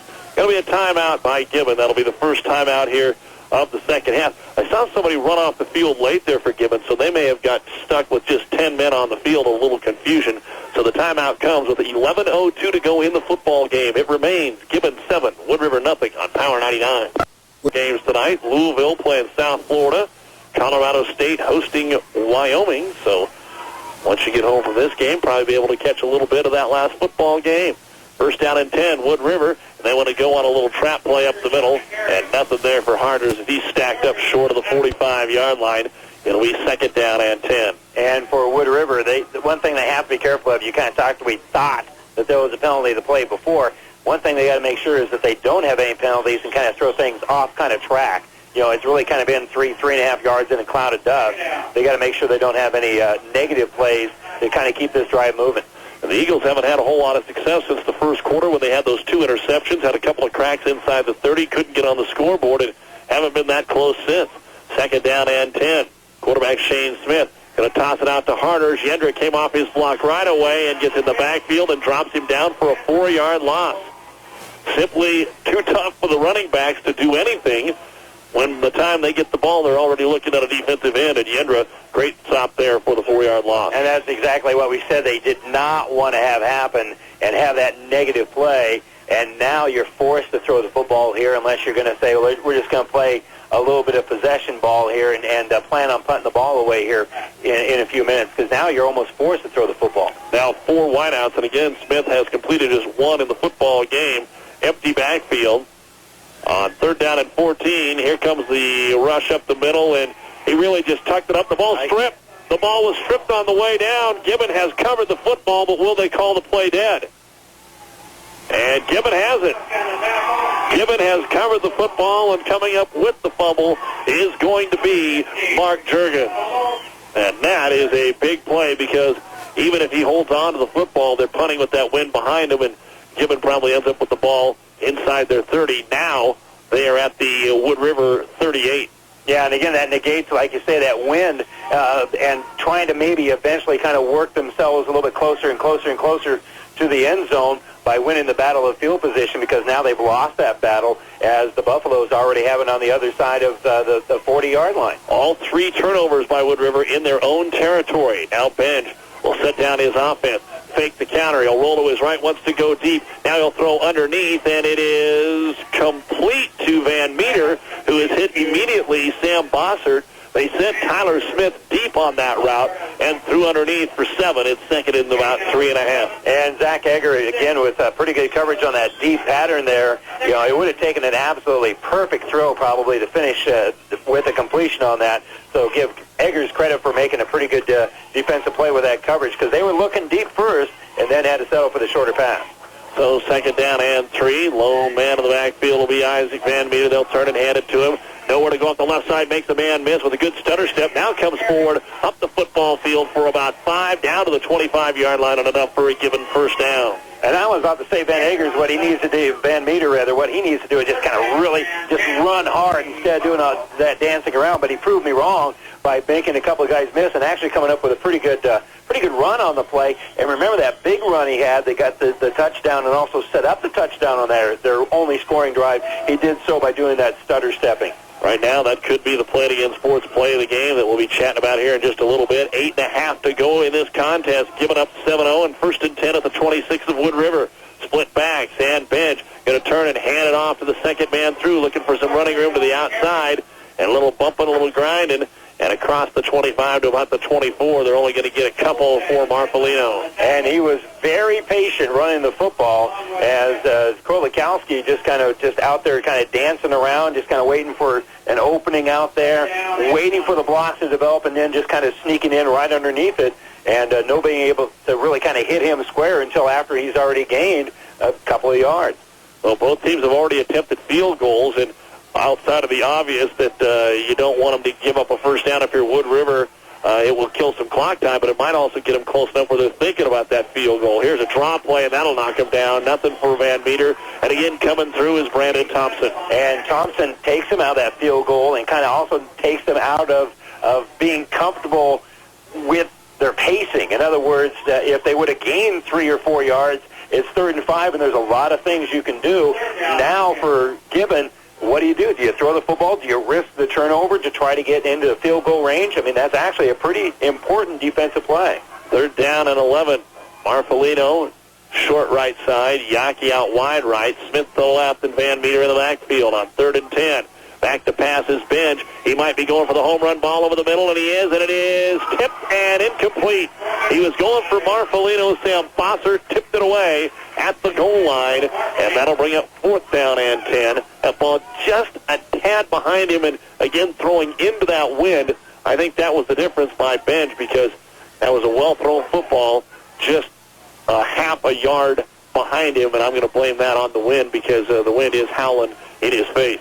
And for Bossert, he's a little disappointed he didn't make the interception. I mean, obviously he'd like to end this possession, but it might work out at advantage that he doesn't do that because he might have been tackled about the 1 or the 2 yard line. 4th and 10, and Gibbons is going to go for it. Ben drops back to pass again, has time, going to throw the home run ball to the right corner of the end zone. It's underthrown, and it's in and out of the hands of the intended receiver down at the 2 yard line, and that is Tyler Smith. And I think Smith thought that he was interfered with a little bit. There's a little John going on back there between those two, and the official comes over and says that'll be enough of that, and it'll turn the ball over on downs to the Eagles. Well, when you have the ball go through your hands at the 2 yard line, you don't necessarily want to say, hey, that was just my bad. Again, he kind of turned around. I think the wind played into that pass as well because it's kind of hard to read that. It's kind of like when you hit a baseball and it kind of curves. If you're one of those outfielders, sometimes that ball curves away from you. And I think it curved away from the receiver. Only 6:53 to go in the game, and Wood River now at their own 26 has to do it probably now, and they throw a little slant pattern, try to get into the hands of Zach Egger, and the ball was tipped by one of the linebackers up there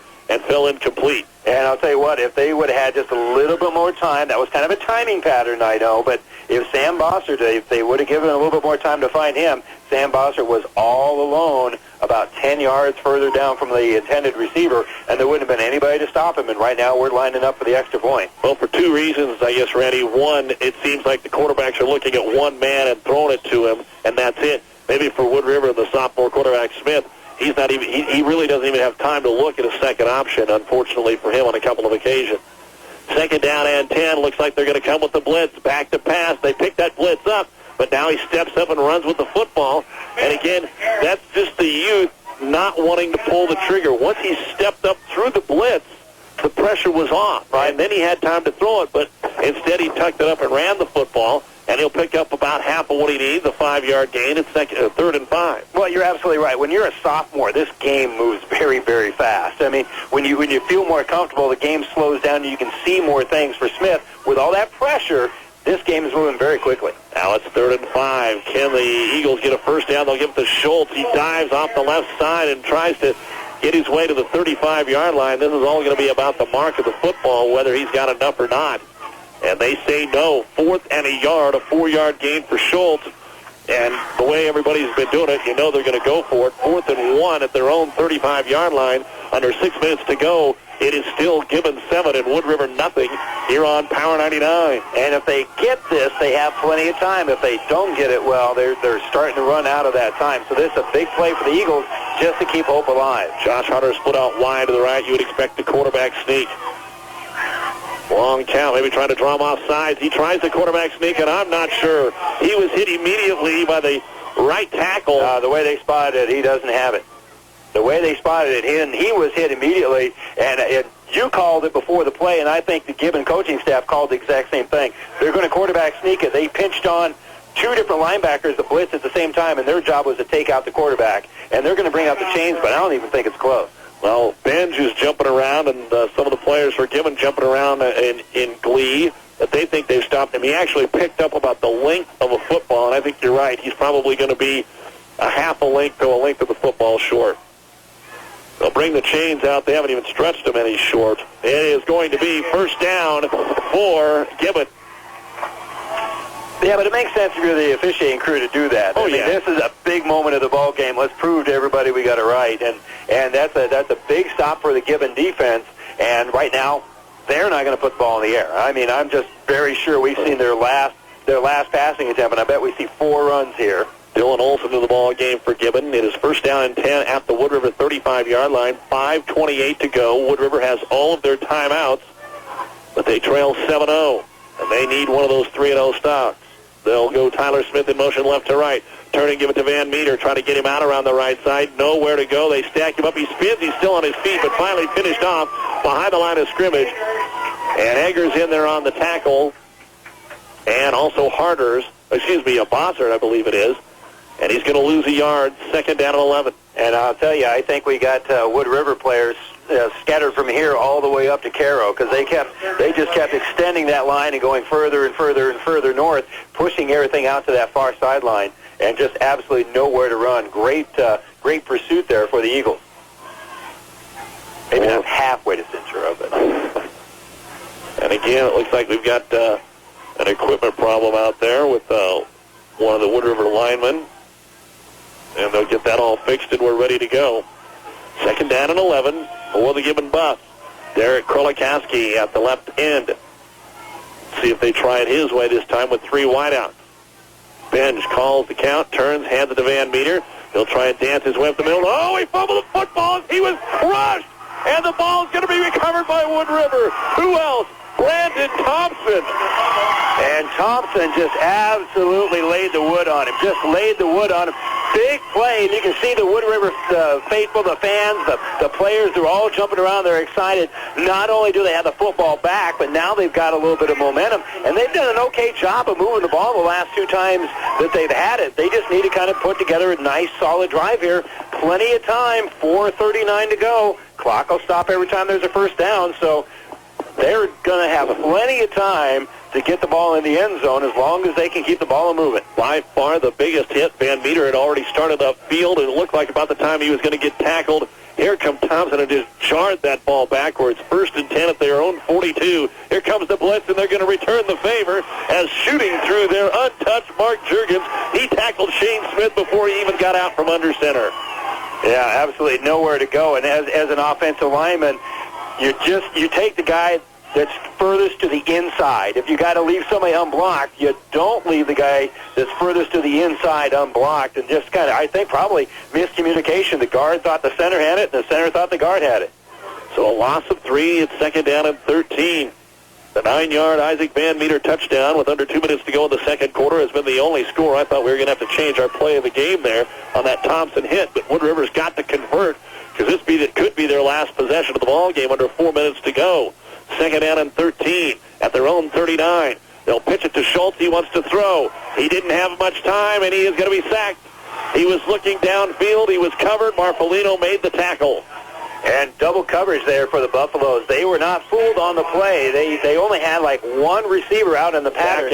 And he was double teamed out there. So really good decision not to throw the football. And unfortunately, it wasn't blocked well enough that they could make something happen when the play didn't go as designed. It's going to be 3rd and 19, a loss of 7 on the play for Schultz. And the clock's still running with 3:15 to go. Trips out wide to the right. They're going to use the shotgun this time. And the snap through the hands of the quarterback. He picks it up, and he is mowed under. He was excited to be in that shotgun and do something with it, and then shooting through was Jake Malin. And he was in there with Yendra and drops him all the way back at the 23-yard line, and Wood River is going the wrong way. Yeah, obviously dropping the ball threw off the timing of that and everything, but really, on top of that, not a lot of time to throw the football either as he tries to recoup. And now we got flags all over the play, and we have a substitution infraction against Wood River, and we're moving further and further away from where they need to go. Well, pretty soon they will be at Carroll. 2:38 to go in this football game, and Wood River just hasn't, outside of the first quarter where they had some opportunities to score, they have not even sniffed the red zone here since then, and it's Gibbon 7, Wood River nothing, 2:38 to go in the ball game, and it is 4th and 32. Back to punt the football away is going to be Eggers. He is actually standing at his 3. And the boot into that wind, kicks it out to the 50, got a good boot away and takes a great bounce. How long is that baby staying in bounds? 30, 20, 15, a little help from the wind that time, and that is going to be nearly a 60-yard punt depending on where they put it down. And it rolled for about 20 of it, but it was a good kick. They're going to mark it at the 16-yard line, and that will be a 60-yard punt for Zach Egger. Yeah, and that's a great time to punt there. People say, well, they got to get in the end zone, they got to get a touchdown. Well, you also got to get field position. They've gained 60 yards. They've got 3 timeouts, so they can get the clock stopped here. If they can play defense, they got a shot, and that play actually helps the cause after having all those lost yards, after losing 23, 25 yards. So it's first down and 10. They will turn and hand it to Van Meter, and he's tripped up immediately. Blitzing through there to make the tackle is Josh Gartner, and there is our first timeout for Wood River. And so with 2:10 to go here in this football game, it all comes down to this. Gibbon needing a first down to probably hold on and win. And for the Wood River Eagles, they need to stop them and get one last chance. 2:10 to go. Gibbon 7, Wood River nothing on Power 99. Is proud to support our area teams. Misco's outfitting the Kearney area for all sorts of games is located at... The Sports Post Game Show is coming up right now, though. We've got trips to the left for Gibbon on second down long. They'll pitch it out here. Van Meter tries to get to the corner. He doesn't want to go out of bounds. To the 15, to the 20. He does a good job of staying. The ball is loose. The ball is loose, and Wood River's got it. At the 20.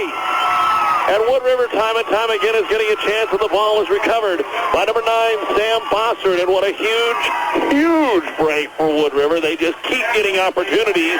Will they finally be able to cash one in? There's a man down, and that might be Van Meter. Yeah, Van Meter doing a smart thing by keeping in bounds, but the danger of doing that is he opened himself up for a hard hit, and that's exactly what happened. And the ball, I think there was a helmet right on the football as it came loose, because Van Meter was carrying that ball in both hands. He was being sure with it, but he got hit hard enough that the ball came loose, and just an absolute godsend for the Eagles as they've got yet another opportunity here, and they've got the chance.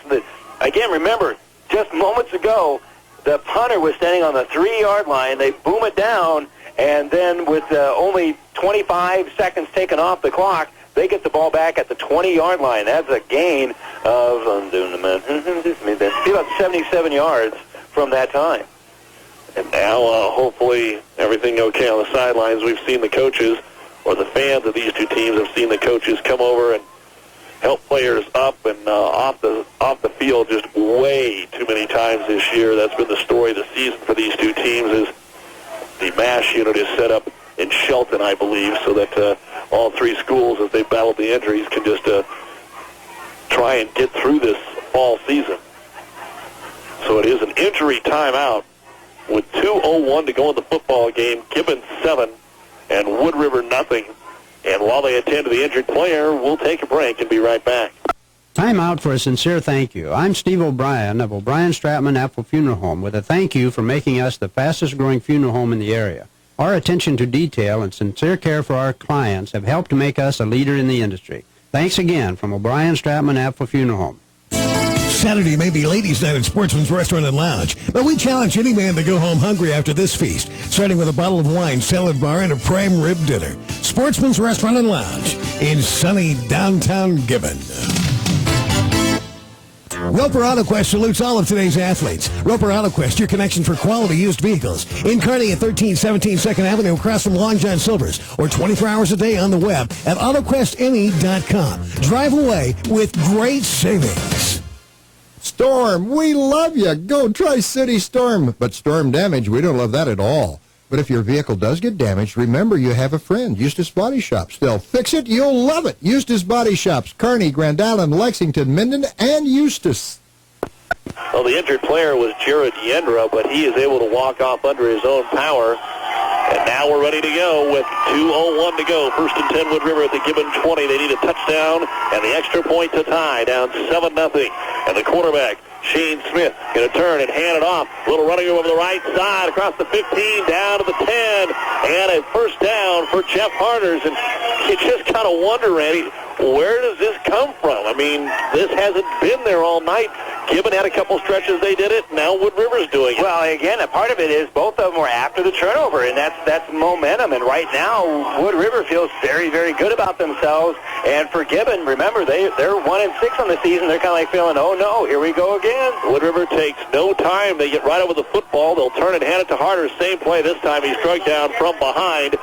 Willie Laraga came in there and drug him down for no gain. It's second and goal at the 9-yard line. Wood River's just got to take their time. They got all day now. This is it. I mean, they got 2 timeouts, minute 35. It's a goal-to-go situation. There's only going to be 3 plays left, barring a penalty or less if they can get in.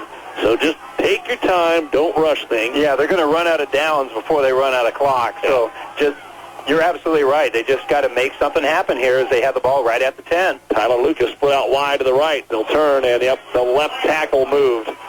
I didn't hear the whistle. I just saw him, and here come the penalty flags. And so that'll back them up 5 yards, and for Wood River, that'll be their 7th penalty of the ball game. Yeah, now they're starting to do things they don't want to have to do. They want to be able to run the football. They had pretty good luck the time before Laraga made that great defensive play, and now you kind of have to move away from that just a little bit, not because of the time, but because now you've got to cover 15 yards in 3 plays.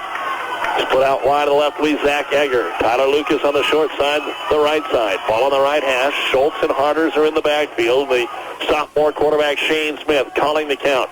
Second and goal from the 14. Counterplay Schultz, and he is stood up at the 12 and driven backwards. Coming through hard, Derek Krolikowski. Krolikowski was there. Also there, number 52, Matt Smallcomb.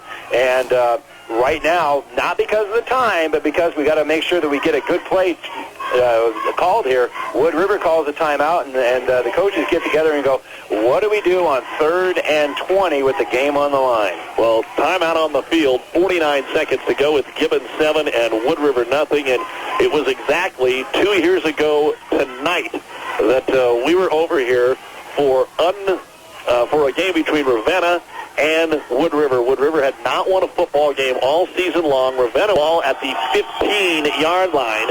They have to get into the end zone. Again, man split wide right, split left. What will they do? Smith rolls to his left. Adam Mann throws it underneath, and it is complete into the hands of the tight end, Adam Anderson, inside the 10, inside the 5, and down to the 3. So this football game is coming down to the final play. Smith completing just his 2nd pass of the ball game, and it is 4th and goal at 3.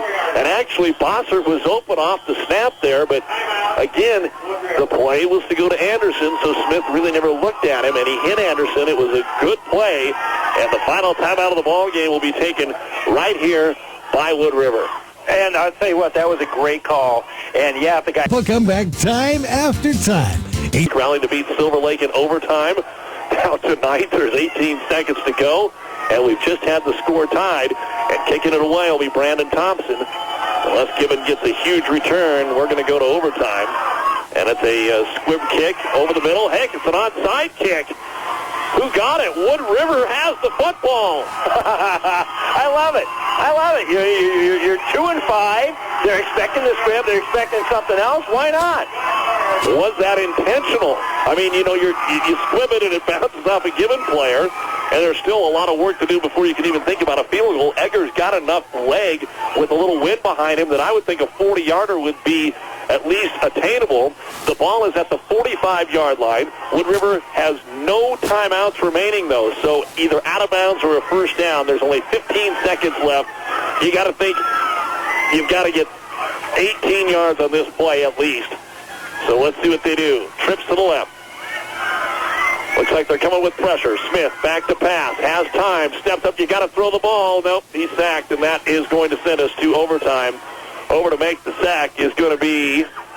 They're going to try to spike it, but I don't think they're going to be able to get the wide receivers back in time, no. Matt Smallcombe, I think, was the man that made the tackle. And we'll go to overtime. And again, that's one of those things that you're going to learn. I mean, as Shane Smith, you got to throw the football. Chuck it deep. If it gets intercepted. How about racquetball, swimming? This is the more serious question. Are you protecting your eyesight? Number one reason for detached retinas is playing racquetball without safety glasses. We thought you ought to know. We're the eye specialists. We're Kearney Eye Institute. Would you believe there is a business in Kearney, Nebraska that offers the very finest accommodations for business meetings, holiday parties, wedding receptions, clean, comfortable guest rooms, super indoor water slides, plus the world-famous captain's table? It's true, where you're always welcome at our Kearney Holiday Inn. The Pit Stop in Gibbon would like to invite everyone to the open house this weekend. Come in and fill your tummy and your tank and register to win great door prizes at the all-new Pit Stop in Gibbon. Best of luck, team. This is the season of harvest. Remember our farmer friends as they bring in crops. Buffalo County Farm Bureau reminds you to drive safely on our rural roads for everyone's safety. There'll be trucks and combines that aren't normally there. We wish everyone a safe and successful harvest from Buffalo County Farm Bureau. Wouldn't it be great if we never had another hailstorm? Wish I could promise that, but I can't. But wouldn't it be great if I could share with you a roofing company that does a totally professional job and stands behind their work 100%? That I can do. It's Fisher Roofing, right here in Kearney. Fisher Roofing. But just for the fans here. But again, the overtime rules, the ball will be at the 10. You get 4 plays to try and get in, and Wood River will go first. Gibbon won the toss. They wanted to play defense, which is what you do. They'll hand it off to Schultz. Big hole on the left side. Inside the 5. Still turning the legs down to the 3. I guess if you're Wood River, the one good thing is you got the momentum right now. And that is one of the few times that there hasn't been immediate contact with a running back.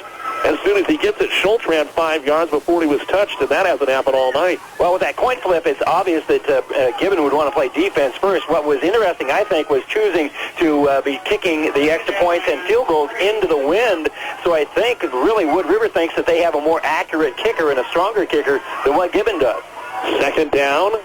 In overtime, at the 3-yard line. They will hand it to Harders. He's hit, he strives forward, and he's in there. Touchdown! I thought he was going to be brought down by Mark Jurgens, but he stayed low, and it took 2 plays for Wood River to get in, and now the point after. So Wood River has scored twice here in 4 plays.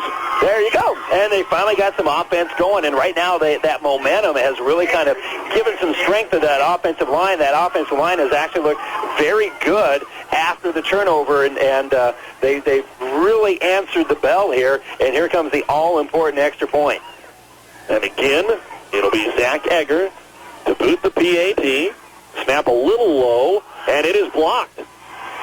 It is blocked. The snap was a little low. The holder, Josh Harders, I'm not sure if he got it down like he wanted to, but the PAT is no good. Oh, my. That opens the door. To look at. Yeah, that opens the door. So now we'll just stay at this end. Gibbon will trot their offense out there, and they have 4 plays to get in. If they don't, this football game is over. If they turn it over, a lot of the teams in the district, Adams Central, St. Cecilia, Minden, Kearney Catholic, hoping that Minden or Wood River's defense here can help them. Benj is going to roll to his right. He wants to throw the football. Now he tucks it up and runs inside the 10, down to the 5, and it'll be brought down there by Schultz. It'll be second down at the 5-yard line. So it worked out, but he did want to throw that football. Yeah, he did, and he made a good read there because he really had nowhere to throw the football, nowhere to kind of put it, and, hey, I can get half of what we need with 3 more plays to get the other 5 yards. So that's a good read by the quarterback to just kind of get what they could, and now it's second and goal from the 5. 3 plays to try to extend the game. The Bisco Sports postgame show coming up when this is all over. Van Meter, the lone man in the backfield. Yendra to the short right side. They hand it to Van Meter. He has nowhere to go. He is tripped up at the original line of scrimmage. He tried to do a little dance, but there was purple to the right, purple to the left, and so he dove up the middle, and all in there on the tackle, a whole host of folks. Tyler Schultz, I think Danny Gill, number 70, I saw. I mean, there was 4 purple jerseys. Yeah, you know, and that dancing that he's done is set him up for some of the bigger runs that he's had here in the game. But in that situation, and it's always easy to see it up from up here, just blast in there and get the yard, get 2 yards, stay on track to be able to get the touchdown, because now you've only got half of it and you've used half your down. 3rd and goal in overtime. Wood River's already up 13-7. They fumbled the snap, but we will see a flag. That must have been motion. And that's one thing you do not want to see at this point of the game, a penalty on either side. We'll see what the white hat tells us, but Gibbon is backing up. Illegal procedure on Gibbon, and now it's 3rd and goal from the 10-yard line. 2 plays to get in and try and tie this. Wood River scored the touchdown, but missed the PAT. And now Gibbon has been backed up. And you say no one wants to see that. Well, and the guys right below us, we're pretty happy with the call, because it gives it a lot. It gives a lot of boost to the defense. And so for Wood River, now they got a much better idea what to defend here, with it being 3rd and 10. Trips to the left. Yendra is in the backfield. Ben's a good quarterback. Can he find a receiver? He's back to pass, looking for a drag route over the middle. It is intercepted, and the ball game is over. Tyler Schultz steps in front and intercepts the football. And by some fate of the football gods, as you have been talking about, the Wood River Eagles, who were punting the ball with 2:25 to go in the game from their own 2, win this football game in overtime by a score of 13-7, and Wood River will end the season at 3-5. For Gibbon, a heartbreaking loss at 1-7. And what a play by Schultz, as he just went with an all-out dive, and they had a man at the end zone, but he was coming one way, Schultz was coming the other, and he was able to cut in front of him. Yeah, and pretty good pressure as a couple of linemen were able to come through there.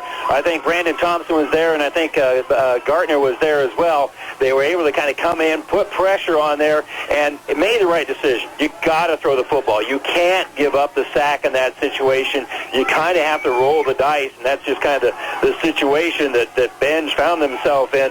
So do not fault that kid for throwing the football where he threw it. He was kind of forced to, based on the situation and the pressure put on by that defensive line for the Eagles. And the Eagles never say die, not moving the ball offensively, looking, just quite frankly, very poor offensively, punting from their own 3 or 2 yard line with 2:20 to go. Still find some way to make things happen, and credit very hard hitting, set up the fumble, and get the ball back, and just never saying die. So hats off to the Eagles, and a very disappointing loss here for Gibbon.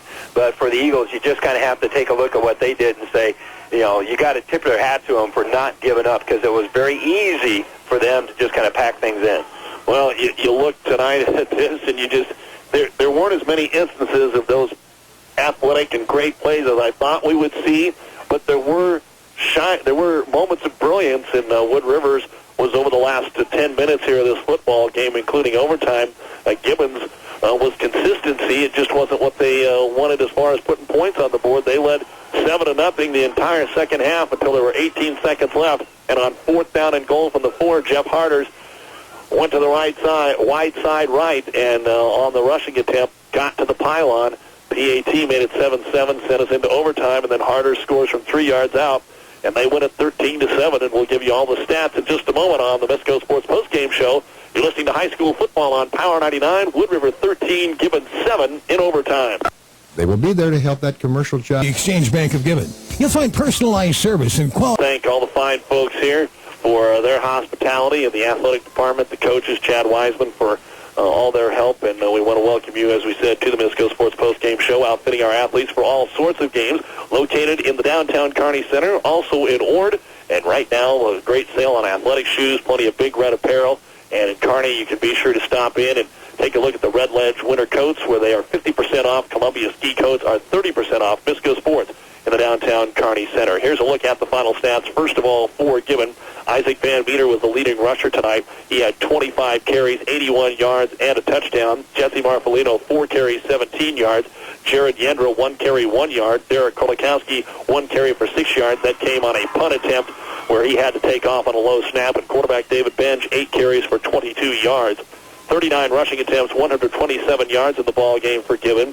Through the air, Benj put it up 12 times, completed 3, had 3 interceptions, just 17 yards through the air tonight. 144 yards of total offense. That produced 8 first downs. They punted the ball twice tonight. For one was 25 and one was 1 yard as they got a bad bounce back. 5 turnovers, though, for Gibbon. They did have 5 penalties for 45 yards. Again, the lone touchdown came at the 1:47 mark of the second quarter on a 9-yard Isaac Van Meter touchdown run, and Kapala added the kick to make it 7-0, and that's how it was from that point until 18 seconds remained in the football game. We'll take a look at the final numbers for Wood River after this on the Misco Sports Postgame Show. Misco Sports Incorporated is proud to support our area teams. Misco's outfitting the Kearney area for all sorts of games is located at 2014 Central Avenue, downtown Kearney. Stop into Misco's today and you'll be better equipped for the games you play. Time out for a sincere thank you. I'm Steve O'Brien of O'Brien Stratman. Take a look at the final numbers for Wood River. Jeff Harder's 20 rushing attempts tonight, 54 yards, 2 touchdowns, and those came on the final 2 carries of the game for him. Tyler Schultz, 12 carries for 28 yards. Sam Bossert, 1 carry for 3 yards. Quarterback Shane Smith, 11 carries for -6. 44 rushing attempts for 79 yards. That's less than 2 yards per carry tonight for Wood River. In the passing game, Shane Smith put it up 8 times, completed just 2. He had 2 interceptions, 26 yards, and the big completion, the 12-yarder underneath to the tight end Adam Anderson on 3rd and goal from the 15, which then set up the Harder's touchdown run. But 26 passing yards, 79 rushing yards. I had Wood River for only 105 yards of offense tonight, 7 first downs. They turned it over 3 times, had 4 punts, and one of them was 46 and one of them was 60. 7 penalties for 45 yards, but it was the turnovers, and where the turnovers occurred, Randy, I mean, 105 yards, you're not going to win a football game unless you get the turnovers like they got them late. Yeah, got them late and got momentum and then capitalized. And you take a look at there were 2 touchdowns scored, both touchdowns, 1 each for each team in regulation. Both of those touchdowns scored points off of turnovers, and turnovers absolutely crucial to tonight's game. And we kind of said it off the air. We go, how many opportunities is Wood River going to get? Well, they got enough. They got 1. That last one made it enough. And for Gibbon, you know, they with the turnovers that they had, it seemed like they were always giving Wood River early on in the game pretty good field position, and then when the role was kind of reversed and that last turnover, that time they couldn't rise to the occasion and be able to keep them out of the end zone, and Wood River just kept plugging away, and finally had something good to happen. And you take a look at the stats, and there's really no reason why Wood River should be able to win the game, but did they make some big plays down the stretch or not? Yeah, they caused 2 big fumbles on the last 2 possessions there for Gibbon, and then, of course, Tyler Schultz intercepting it there in the end zone on 3rd down in overtime, and that was set up because of that penalty. I mean, they had it at the 5, and then the penalty pushed it back to the 10, and if you're Gibbon, you really got to put the ball in the air. Yeah, and again, when you take a look at both teams can kind of say we were our own worst enemy, but I think you got to tip your hat to Wood River and say, wow. I mean, these guys stepped up and did what it had to be done. It wasn't pretty. This one isn't going to go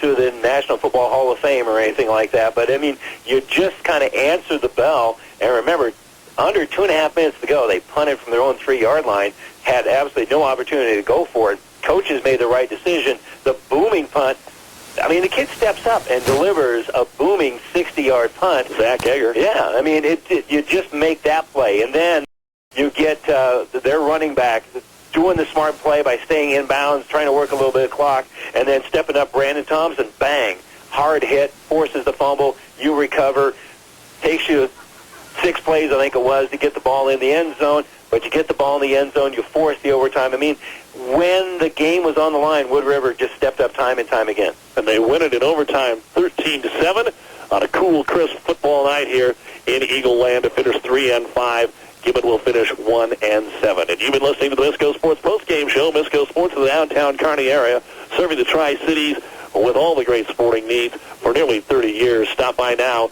and it's almost time to think winter sports. A great selection of basketball